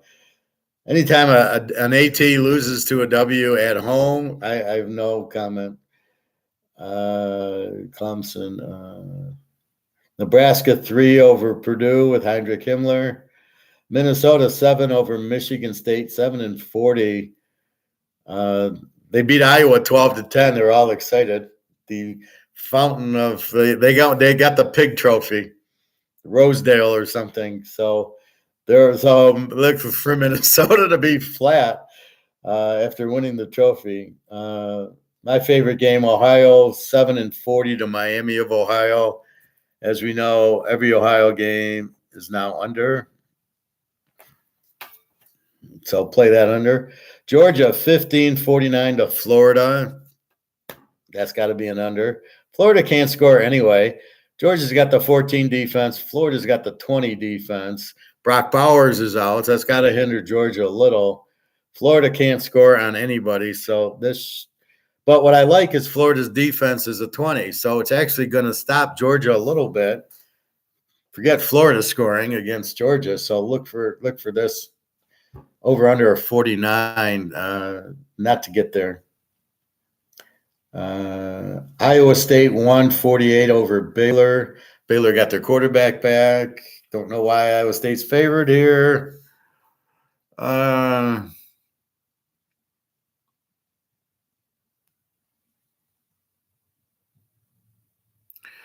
you get the goal to be a billionaire. Well, I've been telling them that for like 2 months now to get the contract changed to gold and say whatever it is, $1 million a year, I want it in gold and silver. Why do you want it in this currency? Because as soon as this currency goes away, how the hell are you going to get paid? Are you going to get the new currency, which will be half, or you're not going to get anything? Or you could get it changed to gold and silver, and you're guaranteed to get paid, and you're guaranteed it goes up 50 times. So you're going to make money on your paycheck as well as there'll actually be gold and silver to pay you. So that's the bottom line. I'm going to have to give you the rock bottom if you don't do that, Bobby. How is Barry? Do you see him doing steroids? How old is Bobby now? Bobby. Did you play, Grega? Are you one of the ball players?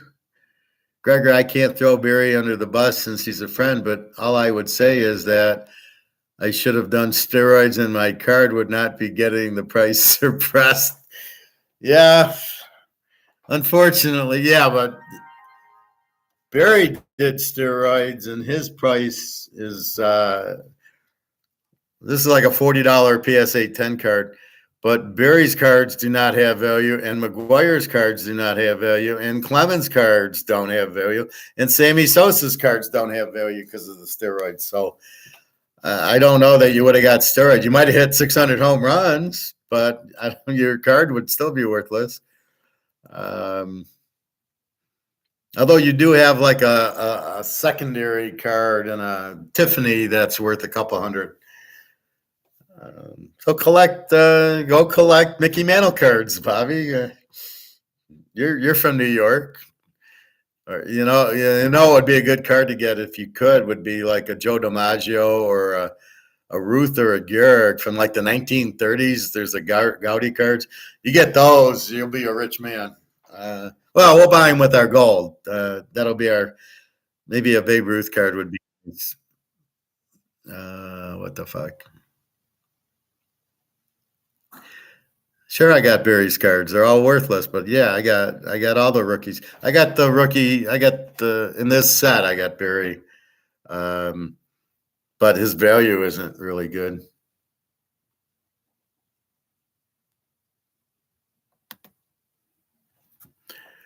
I got McGuire's cards. I got the Olympic one that used to be worth a lot. I don't understand why nobody wants them. I mean, fucking McGuire hit 75 home runs. Barry hit 780. And why is Pete Rose not in the fucking Hall of Fame? The guy gets 4,200 hits. What's the point of the Hall of Fame if it's supposed to be the best players? I don't understand that at all. I don't understand why the card value is, and I don't understand why they're not in the Hall of Fame. That makes no sense to me. Then your Hall of Fame isn't really real. So who do you got in there? Fucking who's in your Hall of Fame? I don't know. It's pretty bad. I can show you the Barry card if you want to see it, but yeah, I got Barry's. Where are we? Iowa State won in 48 over Baylor. Baylor got their quarterback back. I don't see why Iowa State's favored at Baylor. Texas 16-50 over BYU. Texas lost to Oklahoma, played like shit last week against Houston. I look for a big game today. Oregon, game of the day. Oregon, 5.5, 50 to Utah. They've officially said Cam Rising is not going to play the rest of the year because they're so sick of the doctor keeping him down. I told my Utah friend I would sue the guy. I would get a second opinion from the University of Utah, their surgeon, what do you call him? And I would get the orthopedic surgeon, and I'd go to him, can he play? And if he says, yeah, he's fine, then I'd drive to BYU or Colorado State, and I'd get their opinion. And if they said, yeah, he can play, I would sue the doctor because he's costing not only us the chance to go to the playoff, but he's causing Rising to not get drafted number one where he should be drafted. They'll worry about his knee. And I would sue if these other doctors say yes, because it's confusing what the fuck's going on because they're not giving us, he's not ready because of this. It doesn't make sense. I would be suing this doctor big time because he's obviously incompetent. I mean, bottom line, if two other surgeons say he's fine, it's fine for him to be playing, and you're not letting him play, and you're fucking around waiting until game time. You're not even like, he should know today if he's going to play Saturday, but he won't tell him till game time, and it fucks up the practices because if he plays, I want him to practice, which takes practice time away from the other quarterbacks. The team's all excited, oh, good, he's going to play, and then they're all let down going, fuck, Rising's not playing.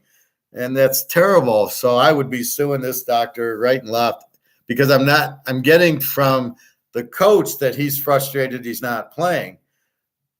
Well, wait, why would the coach be frustrated if he's injured?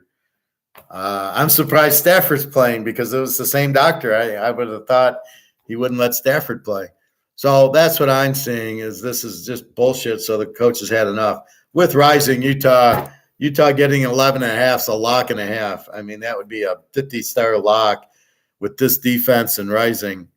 Oregon's not the same on the road. I think Oregon wins. You're looking at a 15 defense and a 17 defense. Over under a 50. I think Utah's going to put the whoop ass on them.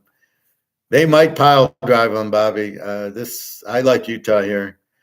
Louisville 4.5, 48 to Duke. I like Duke here. Riley Leonard played. Yeah, I know they got beaten up by Florida State, but Duke's a very good team. Notre Dame 17-45 to Pitt. Notre Dame's offensive coordinator just sucks. I mean, they scored defensively on USC, not offensively. You got Hartman and you're fucking around with him? I don't get it. The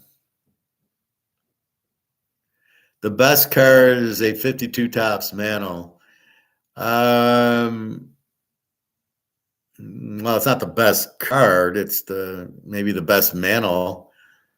But I would think the Gaudy Ruth card would be, if it's graded a PSA 9, would blow that card away.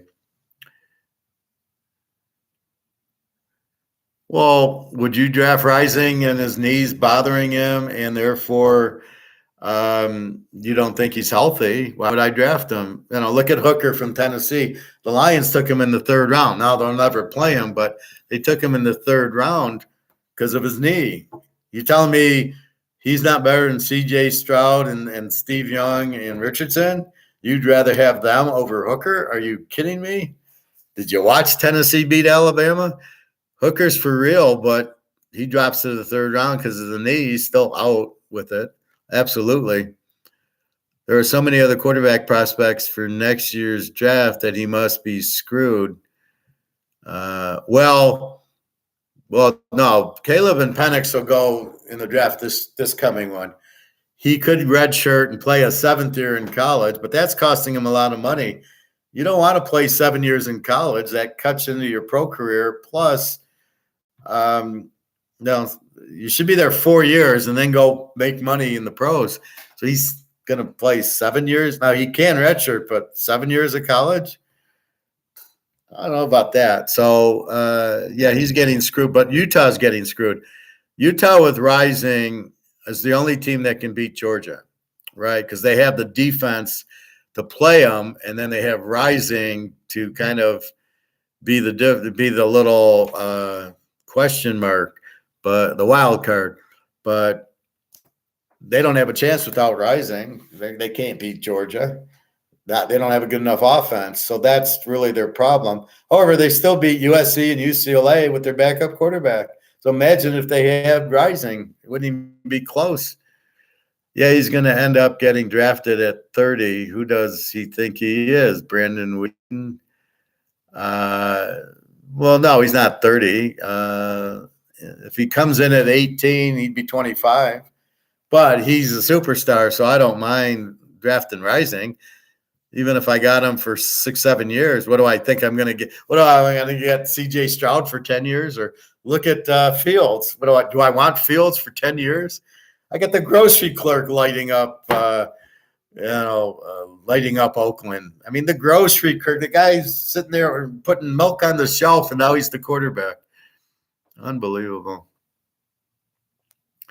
Man, I was a big Justin Blackman fan. Yeah, well, he was a great receiver. But again, this is my point about the Alabama receivers. At Alabama, it's all a joke because it's the system. And these receivers all get open and the quarterback just can pitch it. They're not even being covered. So the quarterback's really not that good, but he puts up good stats because they run this offense against teams that don't even have good college talent. So he's not. So when they get up against Georgia or they get up against LSU when they're loaded or, these good teams, they don't do anything because they can't, when they get in against professional defense, like when the Burrow year and the Georgia the last 2 years, they don't do anything. They get 10 points a game, these guys, because now they're up against pros. That's the difference. So it's the system on Alabama. So all of their wide receivers are a joke. And they all get hurt, and they're all hurt. Oh, my God, they're hurt. This guy in the Lions, this Williams, is horrible. He can't catch. He doesn't know. He doesn't even know how to. He looks like a fucking high schooler out there. He doesn't. He's got alligator hands. He doesn't know how to catch it and stay in bounds. This one touchdown he caught, I don't know how he caught it. It kind of fell in his chest. He was just like this, and the ball just kind of hit his hand and stuck in it. It was like, this guy sucks.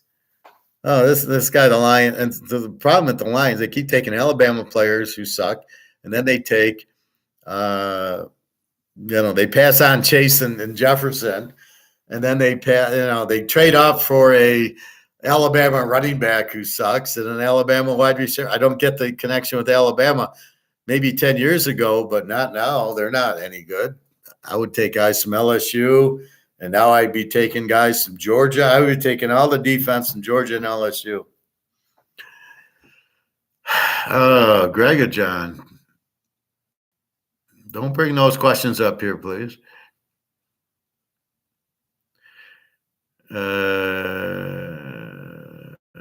Gregor, you can get a few ounces of gold for my card, but I would keep it because the card will continue to go up in value once they stop suppressing it.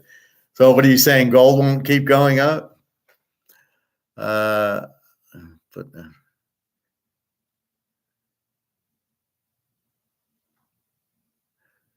always thought it was Bobby's batting average with runners in scoring position, the 420. I was hoping that was his real batting average, but he didn't hit 420, unfortunately. Gold will fly up as well. The difference is, though, I can go to Switzerland and trade. Can I trade your card? Can I give your card to Egon? Will he give me $500,000 for it versus the gold? So I'm going to ask Daria the question. She's my Russian girlfriend, and I'm going to have her go to a coin store, and I'm going to give her a picture of an eagle, a maple leaf, and a cougaran, and I'm going to say, if I gave you those, would you be able to sell them at the Russian gold coin store like we do here? Can you? Because I don't know that they take U.S. money, maybe not including gold, although I think they would make an exception with the gold. But I don't know. They don't take U.S. money, so I don't know if they would take the gold or the Canadian, but I think we'd be okay with the Cougar in. So let me ask her that question. So when we go to Russia, we know what to bring.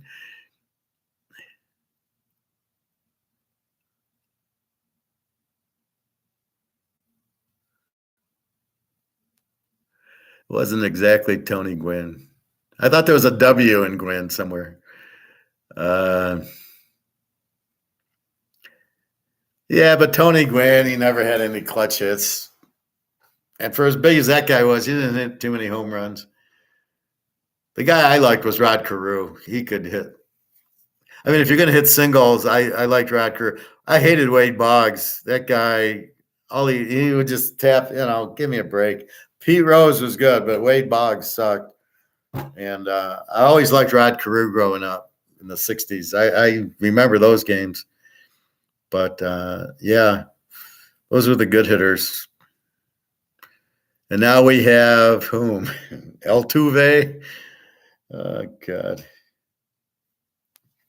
Bobby, you seriously, you probably should contact the Tigers. You'd probably be the leading hitter. You'd be the 4 hitter now that Cabrera, they kept hitting. He's hitting 210, and they got him as the 4th hitter. They wonder why they can't win. All right, where are we? Louisville, Notre Dame 17. Okay. USC Cal, your free pick. USC 1066. Go over 60 is your free college pick. Philadelphia Eagles -1 is your free pro pick. There's your teaser. Tulane 10 over Rice 54. Should be a good game. Rice is not bad. Washington 26-60 against Stanford. Washington was so flat last week, and now here they go with Stanford. They should kill Stanford. They got the win over Oregon. They played like shit against Arizona State, but Stanford's the get better team. Oh, good, it's Stanford. We'll kill them. Tennessee 3.5, 52 against Kentucky. Should be a good game. Ohio State 14-45 to Wisconsin. Wisconsin with 20 guys on the injured list. UCLA 17-63 over Coach Prime. What do you think, Bobby? I kind of like UCLA here. I don't think Prime's going to have to play wide receiver for them to score on UCLA. This is going to be like the Oregon game, 42-0. UCLA very good defense. They got a 15 defense, and here's Colorado with the 36 defense. The difference is where USC kind of let them back in, UCLA won't because they got the big defense. Who is UConn playing? Let's see. They're playing BC. BC 13-52 to UConn. UConn's given up a nice 30 a game and has no offense. So, but besides that, BC should probably murder them. They had a good offense.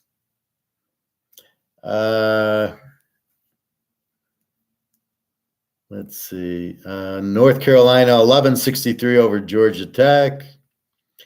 Oak State 7-56 to Cincinnati. Is that what I had?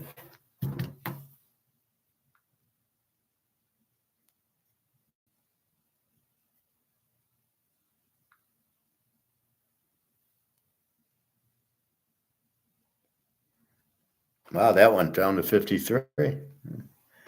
Even better.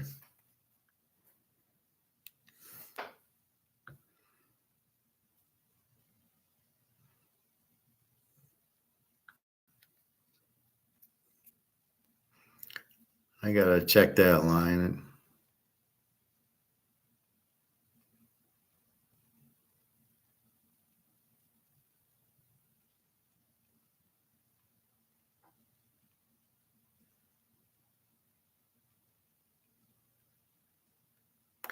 Yeah, 7.5,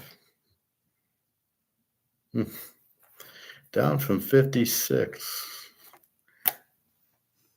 Interesting. I got to check injuries on that game.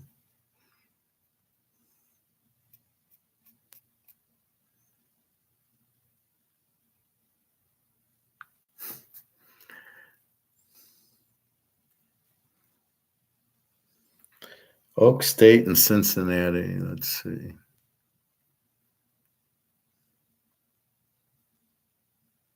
Nothing. One linebacker out for Oak State. They've been playing so strong lately.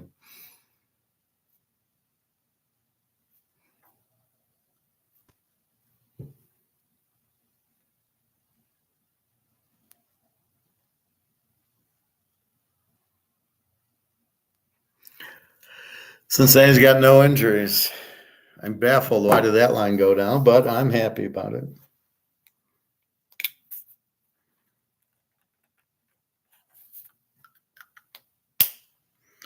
All right.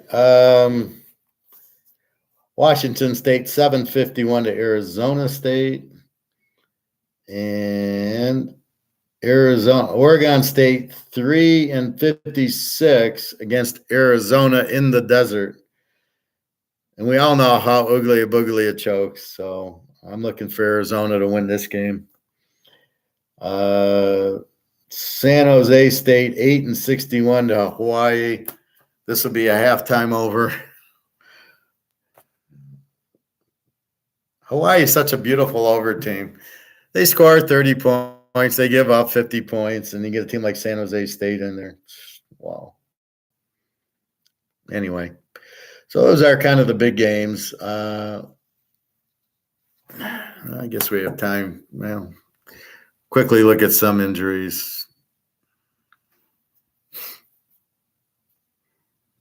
Arizona State's got a bunch. Arkansas, nothing major. I'm just going to say if there's a big injury.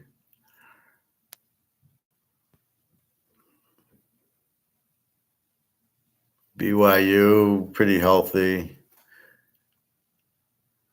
Cal, 2 running backs out October 3rd, a third one.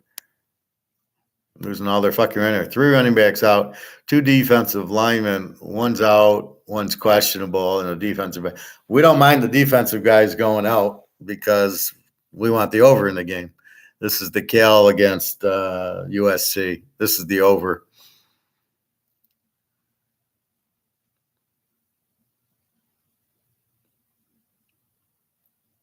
Yeah, Colorado League killed all their momentum and chances. A good season with that second half against Stanford. Yeah.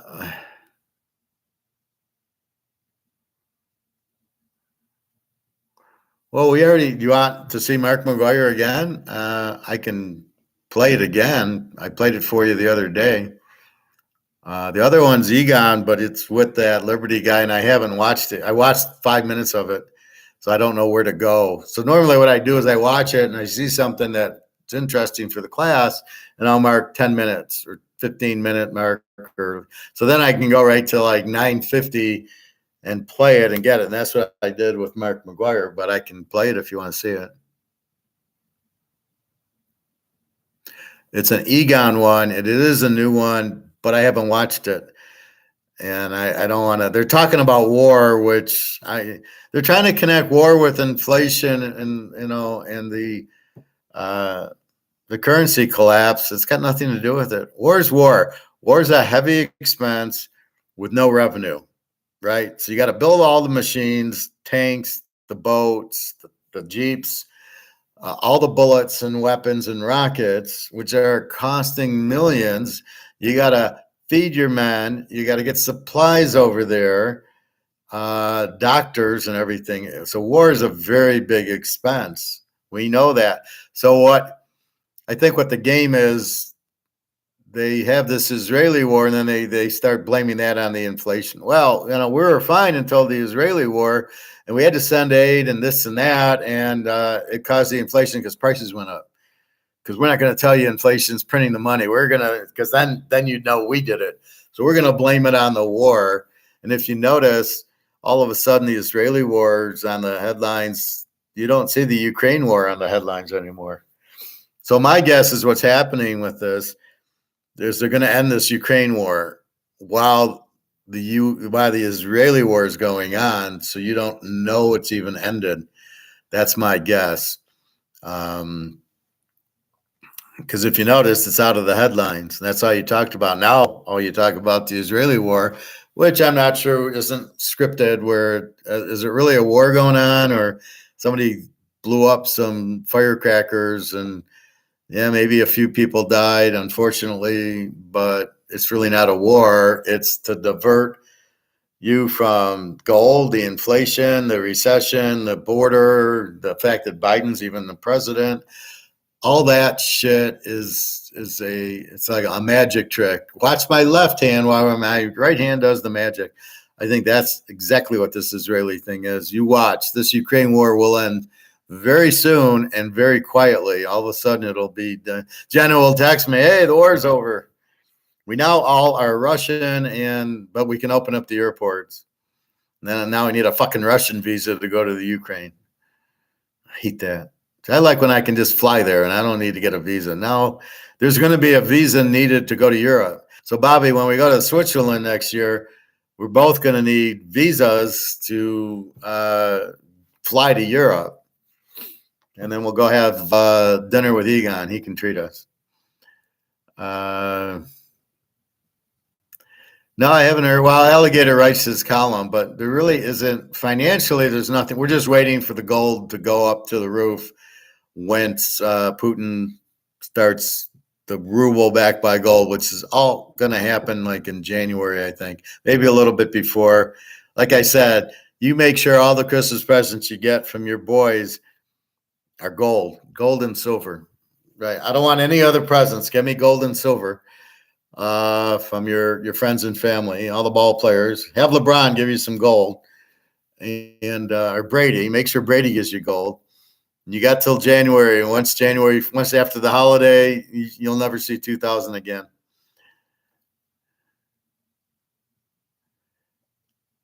Yeah, I go to the club about 10.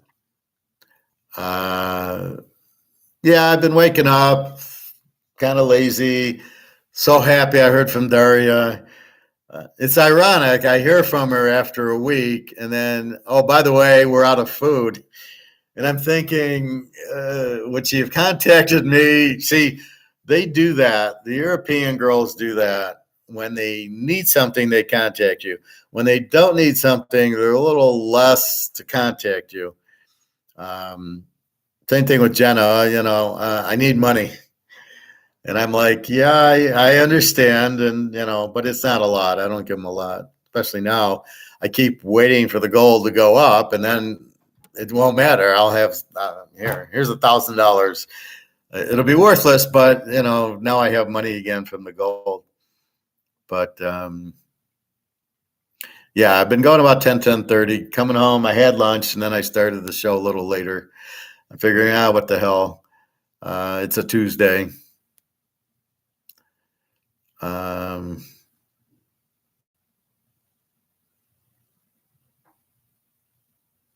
Did some Diana, a little bit of weights and stretching. There you go. You got your ginger and your cinnamon waiting to go. Well,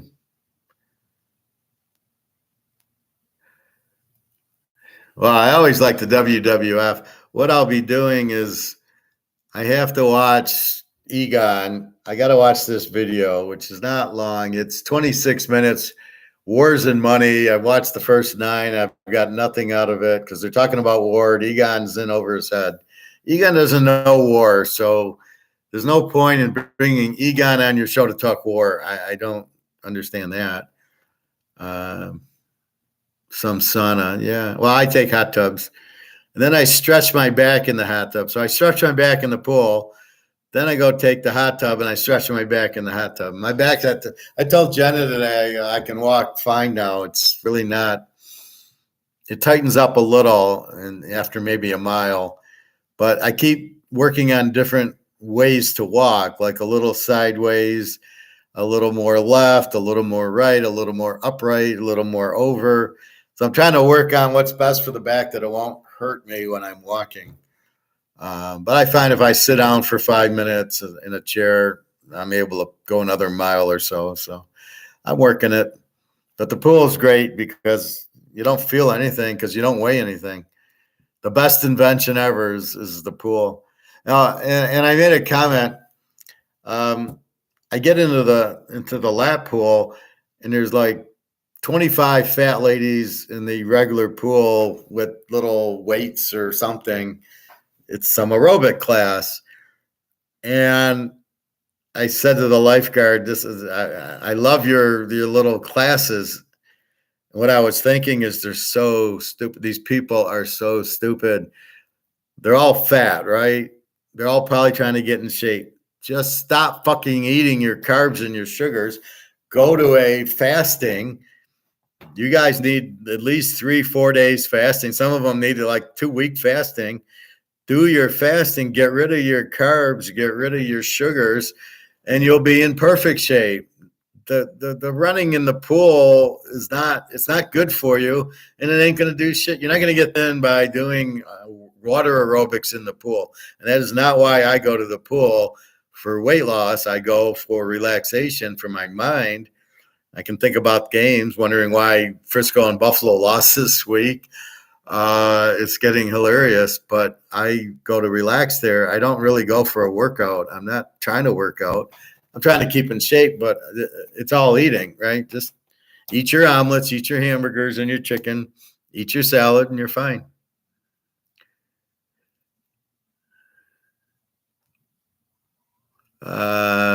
Sam Wilkerson. We got a new student, Bobby.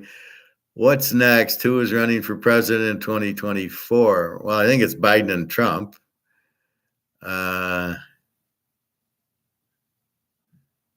Yeah, I should be.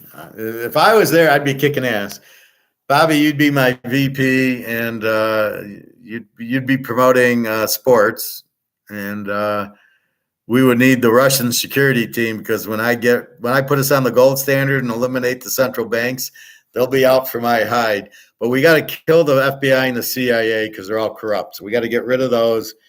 We got to get rid of the school. We can't have public schools anymore. They're too communist. And we would have to get rid of this electric shit and go back to oil and all free markets. It would all be Adam Smith run. And we could be number one again. But our money would be backed by gold. I'd go talk to Putin and I'd make a deal where we'd buy 10,000 of his tons. He's got 32,000 tons. Okay, Putin, how much you want for 10,000 of your tons? Now he'd have 20 and we'd have 10, but we could then go to a gold system. And then I would give him whatever. I'd have JP Morgan print up money to give to him. Well, he wouldn't want our money. I'd have to get some gold from somebody. But that's what I would do. Samuel, the question really should be, do you have gold and silver? Is this a Trump rally in 2024? I have no fucking idea. I don't follow politics. I follow gold and I follow economics. I don't care. It doesn't matter who the president is. They're all corrupt. They're all being run by George Soros. So I don't really want to get involved in that unless it was Argentina and let them fry. We don't get political here. This is not a political class. This is economics, gold, and football and then football picking. So I don't give a shit. It's all fixed. I don't even vote because it's not real. It's fantasy that there's actually a real voting thing.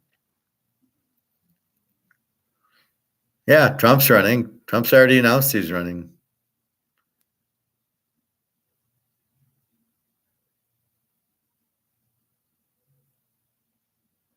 Thank you, Bobby. Yeah. So we don't know, Samuel. You're a new student here, so we're trying to adjust you. Trump is back in 2024. Did he leave? So riddle me this, Sam. Who's running the country now? Do you think Biden's running the country?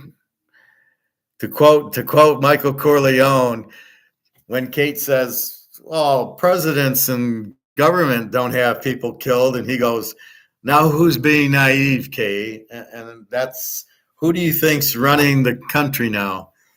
It ain't Biden. That's fucking for sure. All right, let's go back to injuries. Clemson, wide receiver, running back out. Coastal Carolina, McCall, their quarterback's doubtful with concussion, but do they? Yeah, they play Marshall. Oh, no wonder they're a home dog.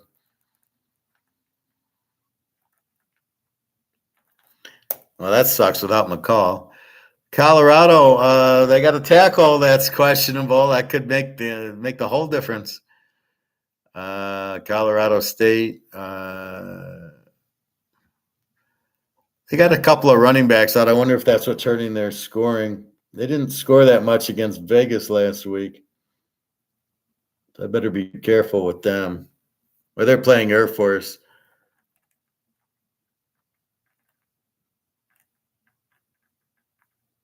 So I got to see if these running backs are anybody valuable on their team. So I go to the stats and I check this, this Henderson. Is he like 1,000-yard back or is he nobody? Duke. Riley Leonard's questionable. Riley Leonard played against Florida State.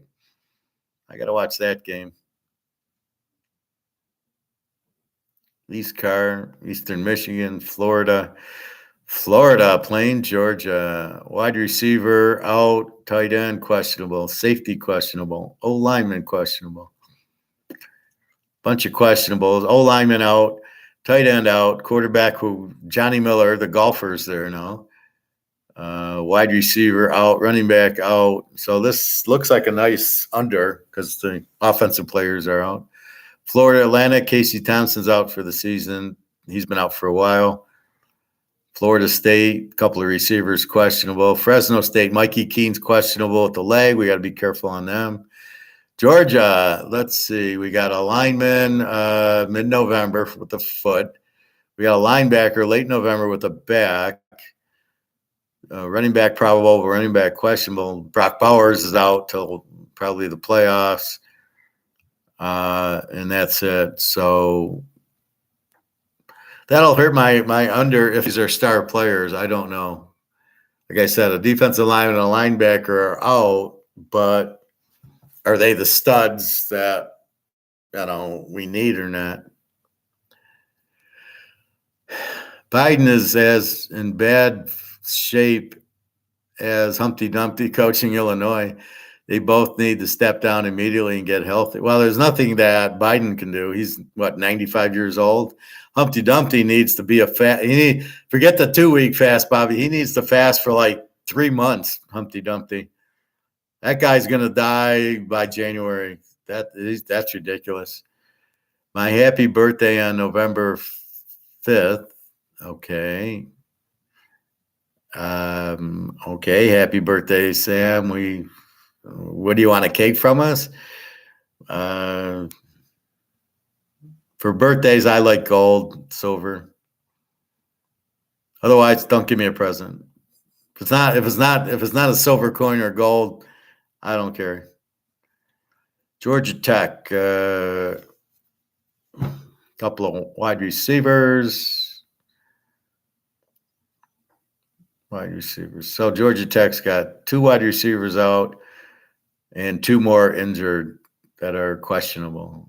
Hawaii, nothing. Houston, nothing. Illinois, 2 running backs out. 2 DBs are out. 2 D linemen are out. They're in pretty bad shape. Indiana, questionable. Wide receiver and a lineman. Iowa, These teams have so many. Well, you don't know. The questionables, you assume they're playing. Tight end out, McNamara out, the quarterback, O-lineman out, two wide receivers out. Iowa State's healthy. Kansas, Daniels, who cares? We want Bean. Kansas State, 2 linebackers out.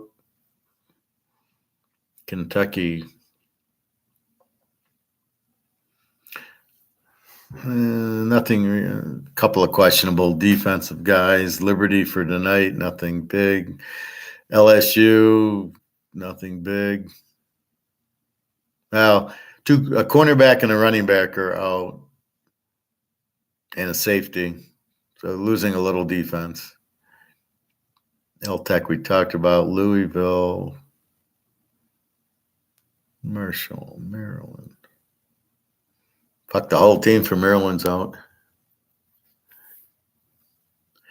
Professor, how about little kids having bellies? Do they get a pass since they are so young, like under 10? Absolutely not. That's what it is. Insulin resistance. You get a big belly because your body, these kids must, okay, so you're a 10-year-old and you got a big belly. How the fuck do you got a big belly? You're not drinking. So you're sitting at home eating what? Coke and cake, chocolate cake and cookies. You think the mom's got them on avocados? No fucking way. So I believe that, yes, they are diabetics already. Anybody with a big stomach's a diabetic because it's the insulin resistance. So they need, yes. You know, kids that are fat, you got to get them fasting because just, if it's like your kid, you just kind of forget to feed them. Like, oh, you haven't eaten yet? Oh, well, okay, wait till noon. And then at 6 o'clock is dinner time and they want to eat something after. You say, no. Have a tea. Have a tea with lemon and cinnamon and ginger. And I'd get rid of the pop and just have a bunch of water with ginger and cinnamon in it. And then just forget to give them breakfast and then say, oh, yeah, it's noon. Okay, yeah, time for lunch. And just put them on. They won't know the difference. And fuck it. Otherwise, they're going to be diabetics by the time they're, 12 years old. They'll be having that days. It's not used, but getting a little bigger because he's cupcakes and all that. Well, what do you think's going to happen when you feed him sugar? I mean, that's the worst is the Coca-Cola and the M&Ms. I find that's the bad shit they do. Shouldn't really eat it. Eats a lot of pizza and cakes and all that. Well, it's a ton of sugar.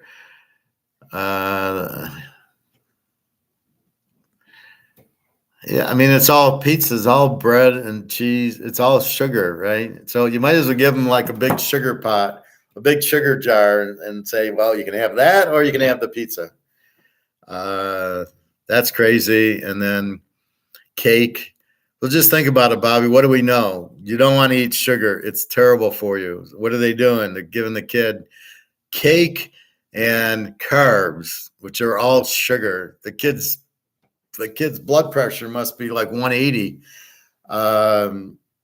Yeah, you got to get them the avocados. You got to get them chicken and hamburgers and get away from the pizza and get them away from the cakes. I mean, it's not good at any age. I mean, we know sugar's bad for you, so don't feed little kids sugar. Now he's hooked. He's going to be 500 pounds by the time he's 18. I mean, because that's all addicting, right? So they got to get off of that. They got to, and don't have the fried chicken, but if they're going to, I mean, it's got to be the barbecue chicken, hamburgers, steaks, ribs, fish, have tuna fish, but you can't serve your kid pizza and cake, chocolate cake. Are you kidding?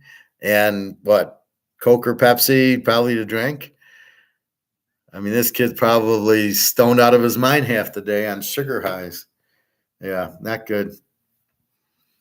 Okay, UMass, Memphis, Miami. Van Dyke's probable. See, now somebody lied to me yesterday on here. They said Van Dyke was out.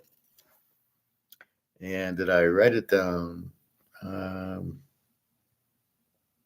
No, he's fine. He's probable with the leg, so he's playing. Defensive lineman out, running back Citizen out. Another one. Parrish I've heard of. It's questionable. Another question. See, before I would know like the Miami, I would know Michael Irvin, right? If Michael Irvin was out when he played at Miami, I would know it. But here it's like Citizen's out. I don't know. Is he a starter? Does he carry the ball? I mean, who the fuck is he? So as long as Van Dyke's playing, that's all we care about. Gabbert, Miami of Ohio out for the season. I got to note that. So Toledo's in the driver's seat. Miami of perfect. And they're playing my Ohio. Cha-ching. Go Ohio, beat Miami. I love it. See, now that's a good injury for us. Michigan's off. Michigan State. Michigan State plays at Minnesota. God, Michigan State. One, running back out for the season. Questionable. 1, 2, 3, 4, 5, 6, 7, 8, 9, 10, 11, 12, 13, 14, 15 players out for the season. Can you believe this?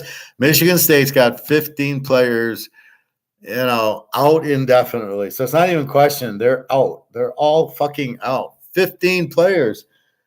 How can they beat Minnesota with 15 players out? Wow. And then Minnesota, they've only got 1, 2, 3, 4, 5, 6. They only got 6 players out. See, they're winning the injury battle. Old Miss is healthy. Old Mississippi State. Will Rogers questionable with an arm. I don't think he played last week. Didn't they beat Arkansas like 7-3? Like, was this a real game? How does that score happen? Missouri didn't score last week, but not because of the quarterback. They lost to DB. I don't know. Doesn't make sense. The Navy, NC State, Nebraska. Sims is questionable with an ankle. Guy's been questionable with an ankle for 2 months now, and we all know he sucks. That was a great, here's the transfer portal. He's from Georgia Tech. They bring him in. He sucks. He's got an injured ankle for the next 3 months. Yeah, kid, come back next year. You don't know what you're doing. New Mexico State, North Carolina, North Texas. Northwestern's quarterback's probable. They're around here somewhere. Notre Dame, very healthy. Tight end out. A couple of August injuries. Ohio, Cliff Harris out for the season. He's been out. Not a loss. Ohio State. Henderson's questionable. Yeah, they're playing at Wisconsin. 1, 2, 3, 4, 5, 6, 7, 8, 9. They got 10 players out. Ohio State. That's why they're struggling. And a lot of them are wide receivers. They got 2 tight ends, 2 wide receivers, 4 wide receivers. So they got 4 wide receivers and 2 tight ends out. That's why they're not scoring. And they got Wisconsin, who probably has 25 guys out. Oklahoma, they better play better.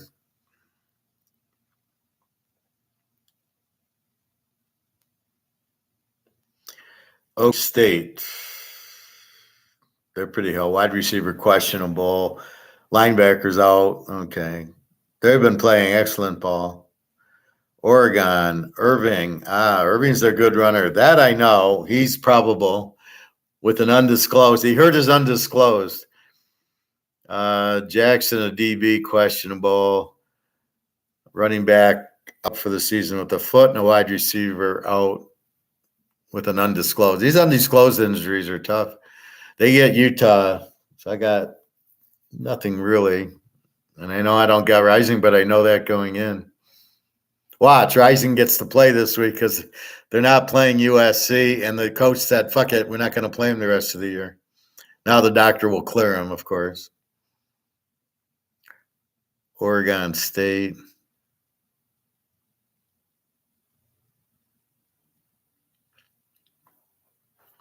Nothing. Penn State. What kind of offense? I thought they had an offense. Man, they looked like shit last week. So that's my lock of the year. Ohio State, Michigan under will be the lock of the year. They won't score 10 points in the game.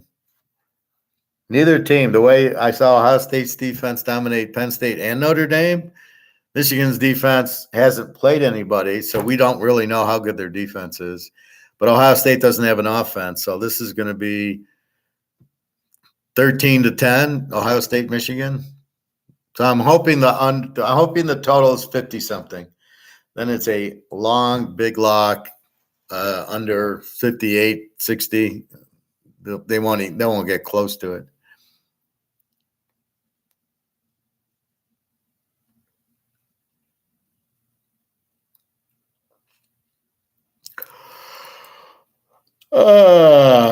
Excuse me. Rutgers, they're pretty healthy. Sam Houston State, 3 running backs, questionable.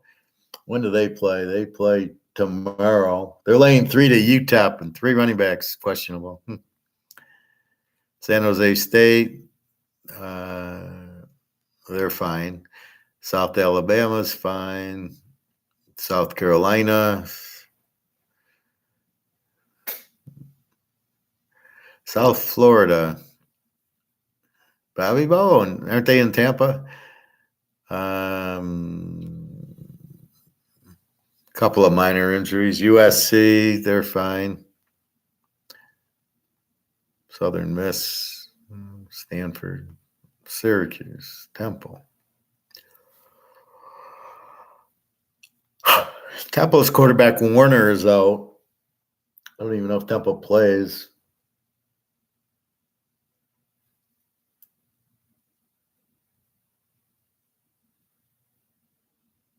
Yeah, I'll see if it. Oh, there's Northwestern. They got Maryland.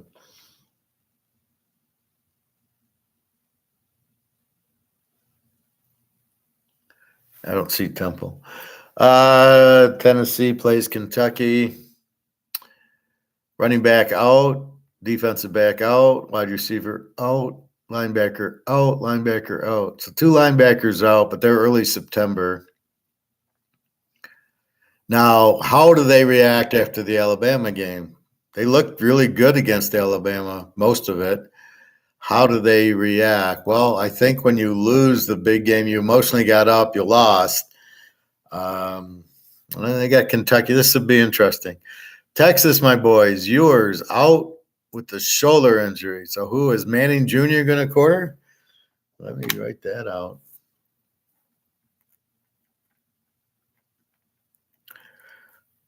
So who is their quarterback now? And they got 2 O linemen out and a D lineman out. So what is Texas? Well, Texas lost to Oklahoma. So Oklahoma's in the driver's seat. Texas is going to have better. So why is Texas 16 over BYU without their quarterback? That doesn't make sense. But now you don't play the game over if you were thinking of it, because Texas will run more and play defense. A&M quarterbacks out, we know. TCU quarterbacks out, we know.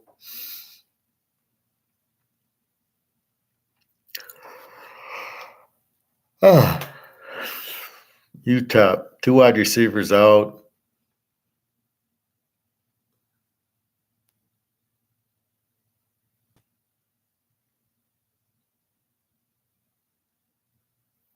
Couple of quarterbacks questionable. Texas State, nothing. Texas Tech, Morton, the backup's questionable, and Shaw, the starter, is out. Who does Texas Tech play?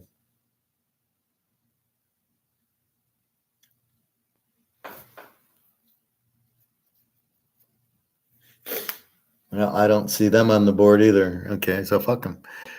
UTSA, tight end out, O lineman out. Troy, Tulane, just some questionables. Tulsa, UAB, Zeno. I think he's their star. He's questionable. UCLA, nothing. A wide receiver. Moki Atima Walalala is out. And a linebacker out. Lou Lafayette, Woolridge out, the quarterback.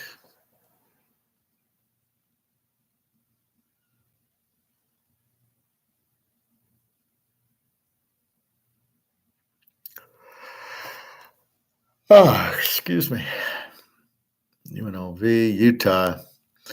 Cam Rising out for the season with the knee. Tight end out. That's a new one. And two tight end. Well, no, the one tight end was already out. Q3. Rising's been out. Yasmin, a new tight end's out. Pittman, a wide receiver's out. Running back out. They're pretty banged up, Utah, offensively. So we can maybe go under as opposed to dog if we want. I mean, there's two great defenses in Oregon on the road. So I think Utah can win. Utah State, Vanderbilt. Unfortunately, with Rising, they'd be a 7-point favorite. That's how much Rising means. My phone died twice. Is it the battery or is there a connection? It's probably the Russians, Bobby. They probably want you to go play for the Russian baseball team. And you tell them when you sign that contract you want to get paid in Russian gold. None of this you don't want the rubles.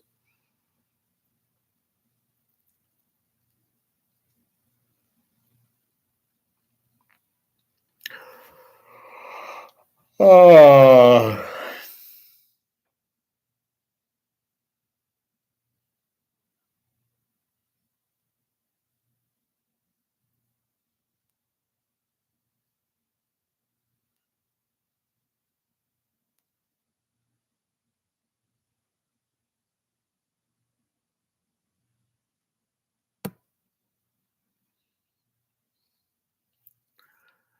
Let's see, Virginia Tech, their two quarterbacks are out. Wait, Griff's questionable. Washington, D lineman out, defensive end out, O lineman out, running back out. Okay, Washington State, fairly healthy. West Virginia, a couple of safeties out. Western Kentucky's good. Western Michigan's good. Wisconsin, 1, 2, 3, 4, 5, 6, 7, 8, 9, 10, 11, 12, 13, 14 players out. None of them are hurt. None of them are like questionable. 14 players out. Roll Ohio State. And then Wyoming, nothing really. So a lot of injuries. Nothing it's like, what do you know? A linebacker's out. Is he All-American? Then you see a running back out and you're like, who is that?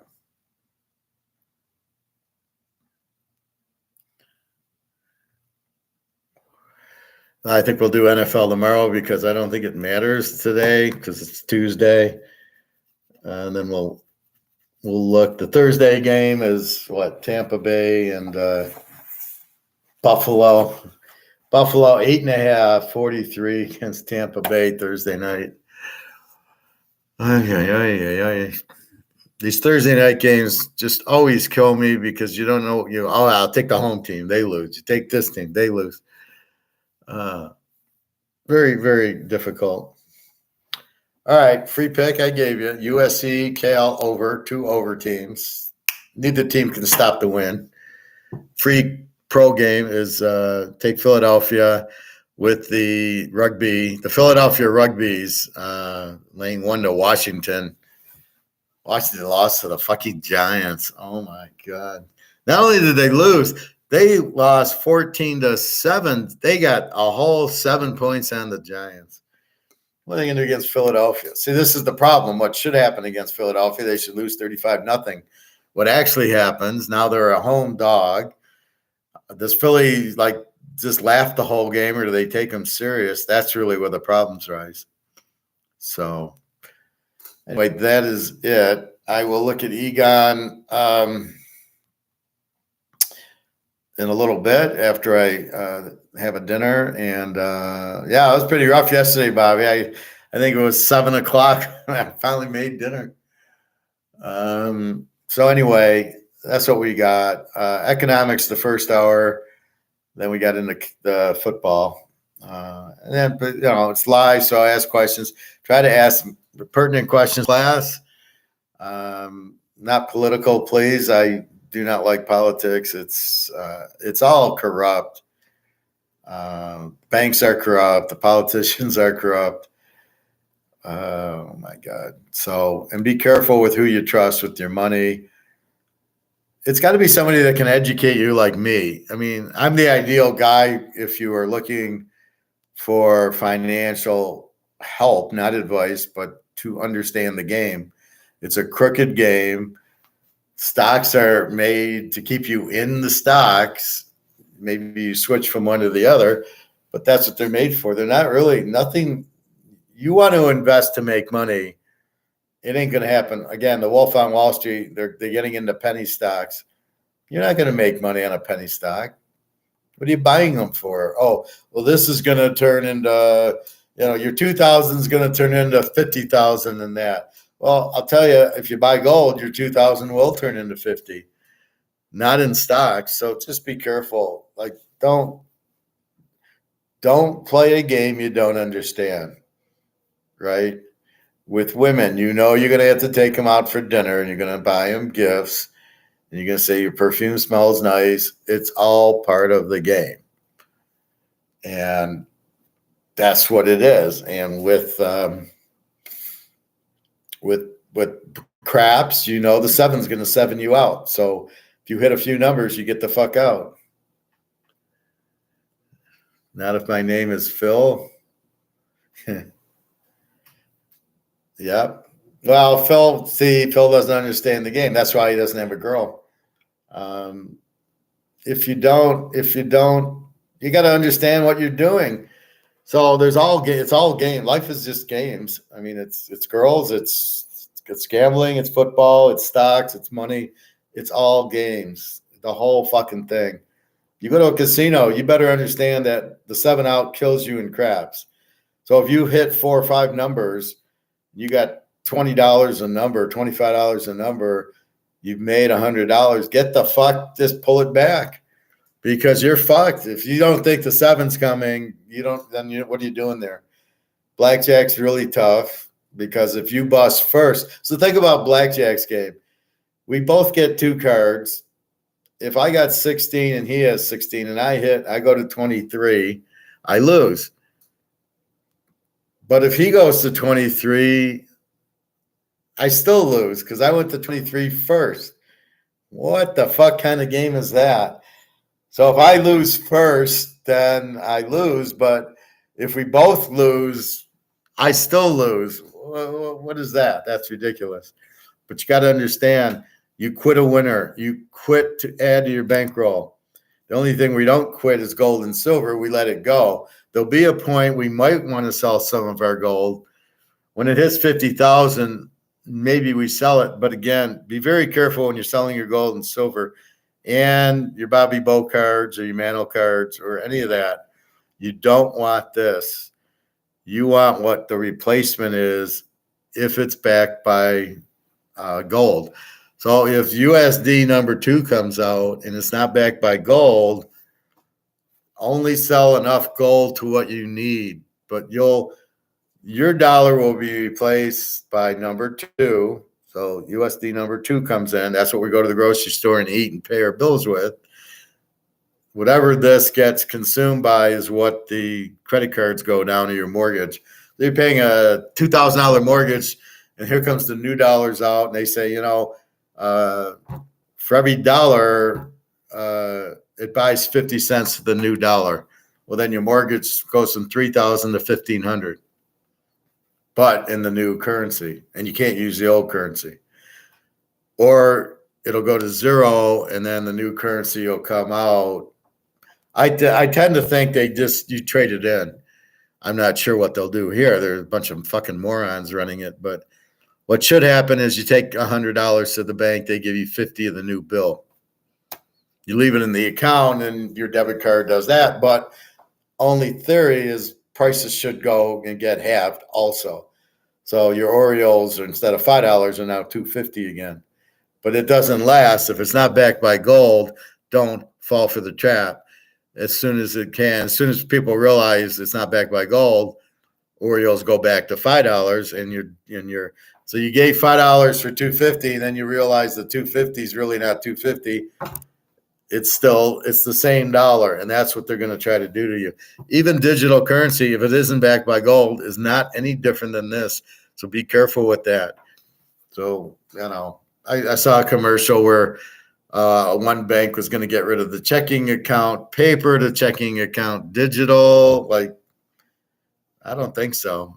You hear this shit, all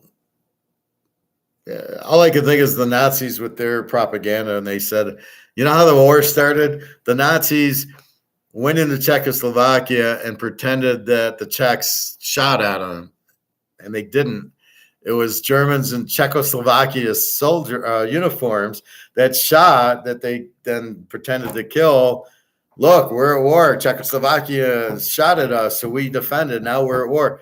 Czechs didn't shoot at them. The Germans shot at themselves in Czech uniforms.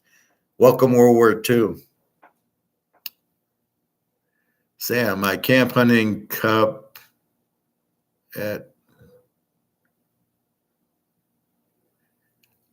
okay, not really prudent to the class, Sam. Nothing personal, but not into deer hunting. The only hunting I want is girls and gold. Otherwise, that's it. So keep thinking this is an economics class, which you don't know about because it's Austrian economics. You can ask questions about that, or gold and silver. You can ask questions about that, or when we get into sports, football, or the baseball game tonight.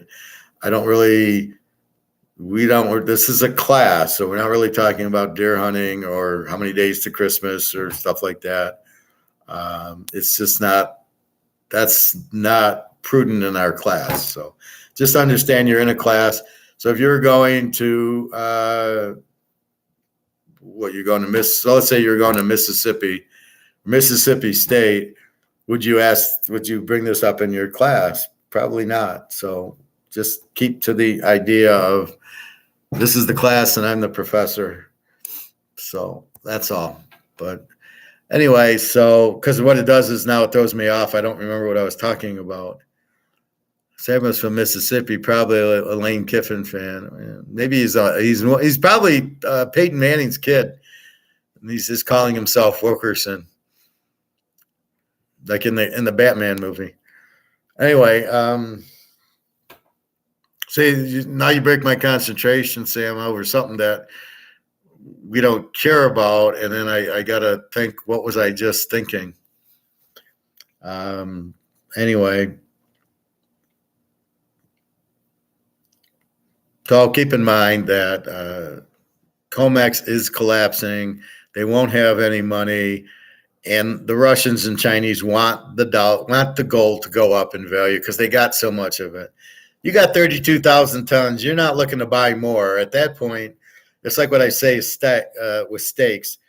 If Bobby's making steak for us, okay, the first one, yummy, yummy. The second one, maybe yummy, yummy. I don't want a third steak. No. Give me the pie for dessert and my ginger tea. I don't need another steak. So you got 32,000 tons of gold. You probably got enough gold at 2,000 an ounce. Now you want it to go to 20,000 an ounce. And the U.S. is doing everything to hold it, but there's too many fingers in the dike, and it's starting to seep in. And there's really, then, as Egon said, once the water comes in, it's going to really fill the stadium quickly. And that's what we're doing. Next stream will be tomorrow. During the week, I'm on about 1 o'clock, roughly, normally, right around then. And then during the weekend, 10 o'clock on Saturday for the noon football and 11 o'clock Sunday because the games start at 1. So I do that because, again, this is mostly football, but seeing what is going on in gold and economics, and I'm an Austrian economist, that I want to start bringing that in because nobody knows about it, and it really is it's horrific. That's the other thing, Bobby. If I was president, there wouldn't be a Department of Education, and there wouldn't be public schools, and the price of college would be zero. It's too important to educate your students correctly. So we're going to teach Austrian economics at U of M, and you're going for very little. And if the football team wants to support them, that's up to them. But we're not. There's no this $100,000 to send your kid to college for 1 year. It ain't happening. Or what, for 4 years? It ain't happening. No. Sorry, that's ridiculous. And I know who's getting the kickbacks. Probably Biden and all the crooks in Washington. They get all these kickbacks. It's like the border. They're giving them kickbacks to let the kids in. The whole thing is just kickbacks. It's just pathetic. The war in Ukraine, it's kickbacks for the defense contractors. You just want to throw up. It's like there's a time to make money and there's a time you don't kill people. So that's really what the problem is. All right, we're at 4 hours. Okay, Samuel, have a nice night. Bobby, take care. Free pick again, USC over with Cal, and Philadelphia Eagles -1. I don't know what else to do. I mean, we lost with Buffalo and the Niners. Like, if we lose with Philly against Washington, I really don't know what to say. I mean, it's a beautiful line, 7. We cut it to 1. Off we go. So we will see. All right, everybody. Have a good night. I got to eat. It's 5:40. I am tired. All right, Bobby Bo. You take care. We'll work on your card, Bobby Bo. We got to get it. You want to see Barry? I'll take out some Barry cards for you. But we will see. Go back. Go sign. Maybe you can play for Texas. They're in the World Series. Go play for them. You can make a lot of money. God knows you can. There's always room on the Tigers. They don't have any players. They don't have any major league players. They're all minor leaguers. So you should be able to make some good money there and get paid in gold. Don't get paid in this dollar shit. And talk to your attorney. Get the fucking contract changed. You're getting killed by inflation, Bobby. You're getting killed. Believe me. I know I am too, and I'm working. Even Social Security, $2,400 a month. Yeah, I mean, it's worth nothing. I mean, it's really nothing. So anyway, have a nice day, everybody. Take care. www.teaserking.com. The lock is posted. The site works. I'm so happy, and have a good day.